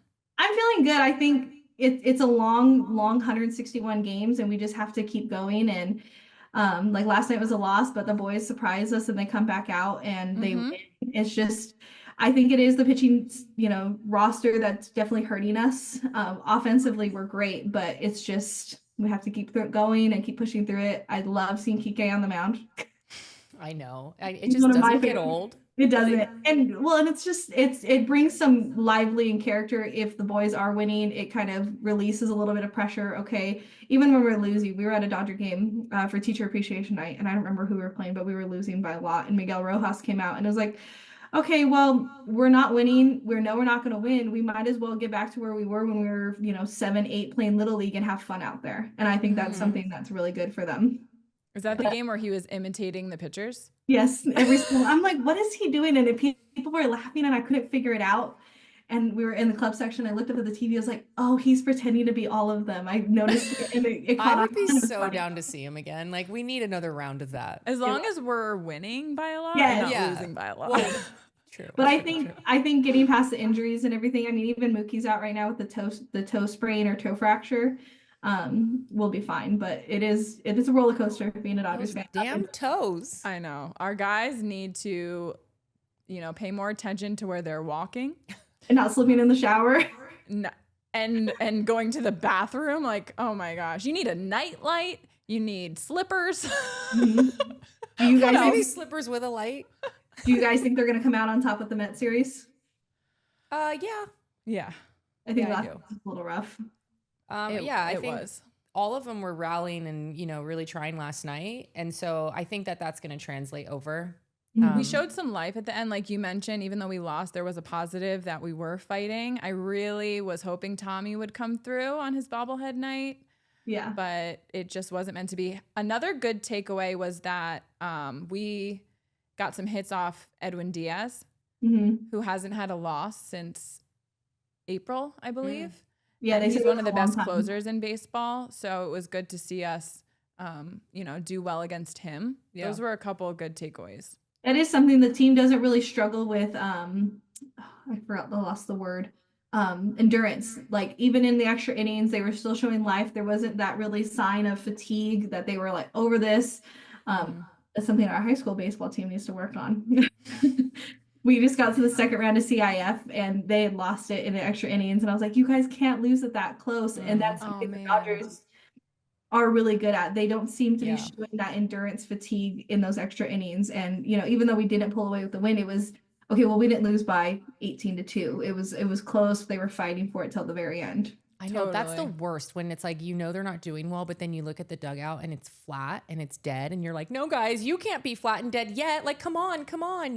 But I don't really see that much with this team. Like, they really do keep it up. I don't see the slump as much. I think the clubhouse in general just has a very positive attitude towards it. Like, I know they're there to win. Obviously, they have to be. They're professional athletes, but you can tell, and even listening to their interviews, they enjoy the game.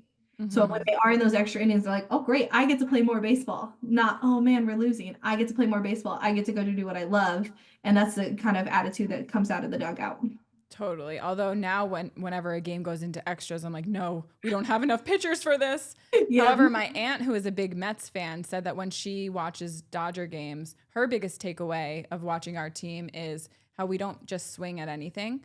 We have really patient at bats. And she always says how impressed she is by just watching our guys at the plate and how disciplined they are, how smart they are. And it's true. Yeah, it is true.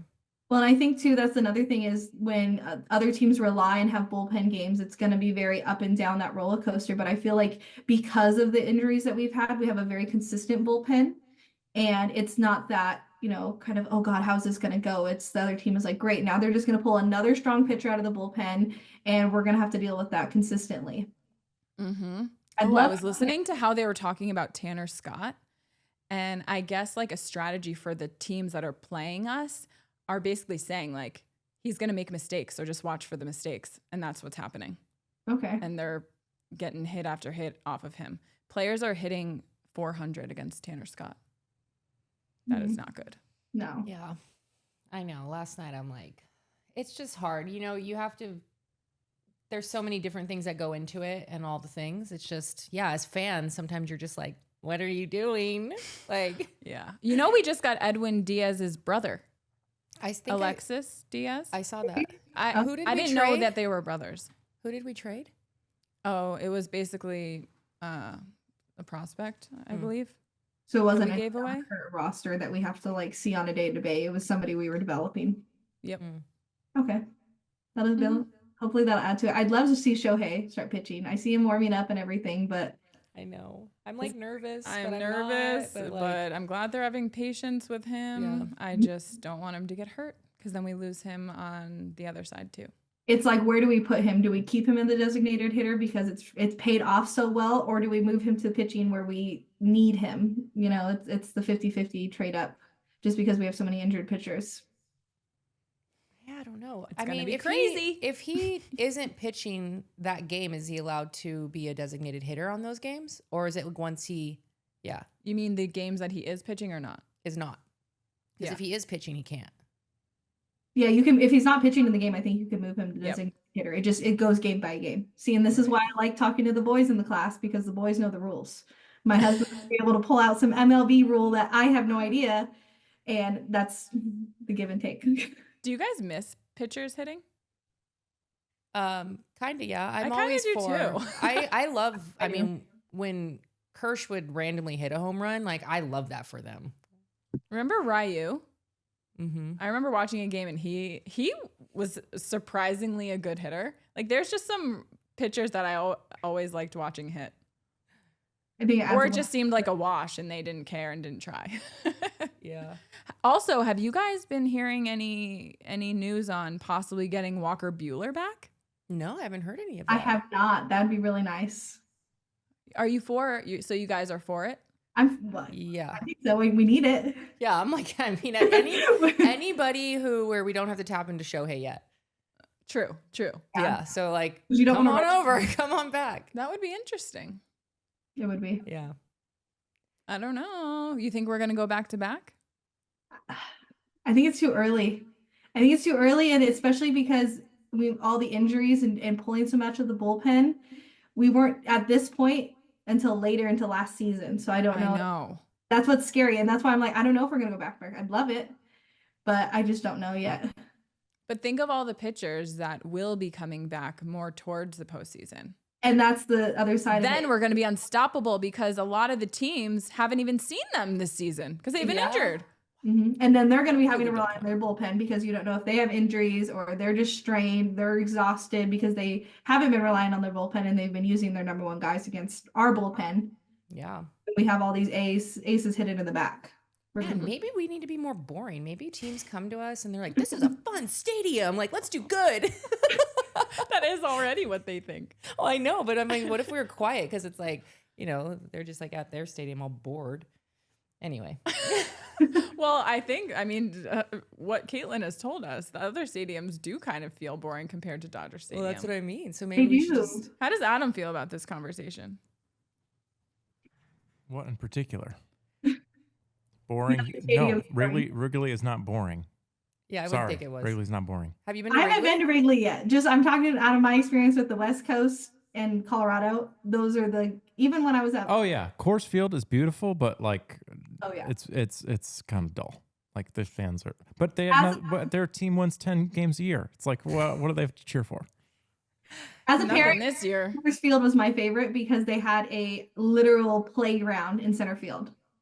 My daughters are 5 and 3, and they are Aw. high energy. So we can't even take them to Dodger games because they get so bored. So when we went to Coors Field, we took them with us, and we're like, oh God, how's this gonna be? Like, we're gonna have to leave early. And being able to take them to that was super cool. Like, I know we have something in center field, but it's not a jungle gym, a slide. It was really family inclusive there. That's so funny. You're like, this cool. is a boring stadium, and your kids are like, no, this one's the fun one. And then you go to Dodger Stadium, you're like, no, this is the fun one, and they're like, this one sucks. But my kids love the Dodgers. I mean, they're, I think, brainwashed now at this point. They'll just start chanting, let's go Dodgers. I put my jersey on this morning. My youngest was like, Mommy, why are you Dodger? And I was like, I get to be on a podcast today, and I get to talk about the Dodgers. And she just looked at me, I'm bored, and then walked away just chanting, let's go Dodgers. I'm like, okay, cool. I love you. Yeah. You're That's not so that good. good. Future Dodger fan. Oh, 100%. They have to be. I don't think my husband would allow anything else. Oh, that's Here for it. amazing. Well, this has been so much fun talking with you. Thank you for coming on the podcast and all of your support. And please let us know if we can ever be involved or help with all of the amazing things you're doing. I will. Thank you. I appreciate it. And thank you for letting me be a part of it. Yeah, Absolutely. go Dodgers. Go Go Dodgers. Keep in touch. Bye. Bye. Bye.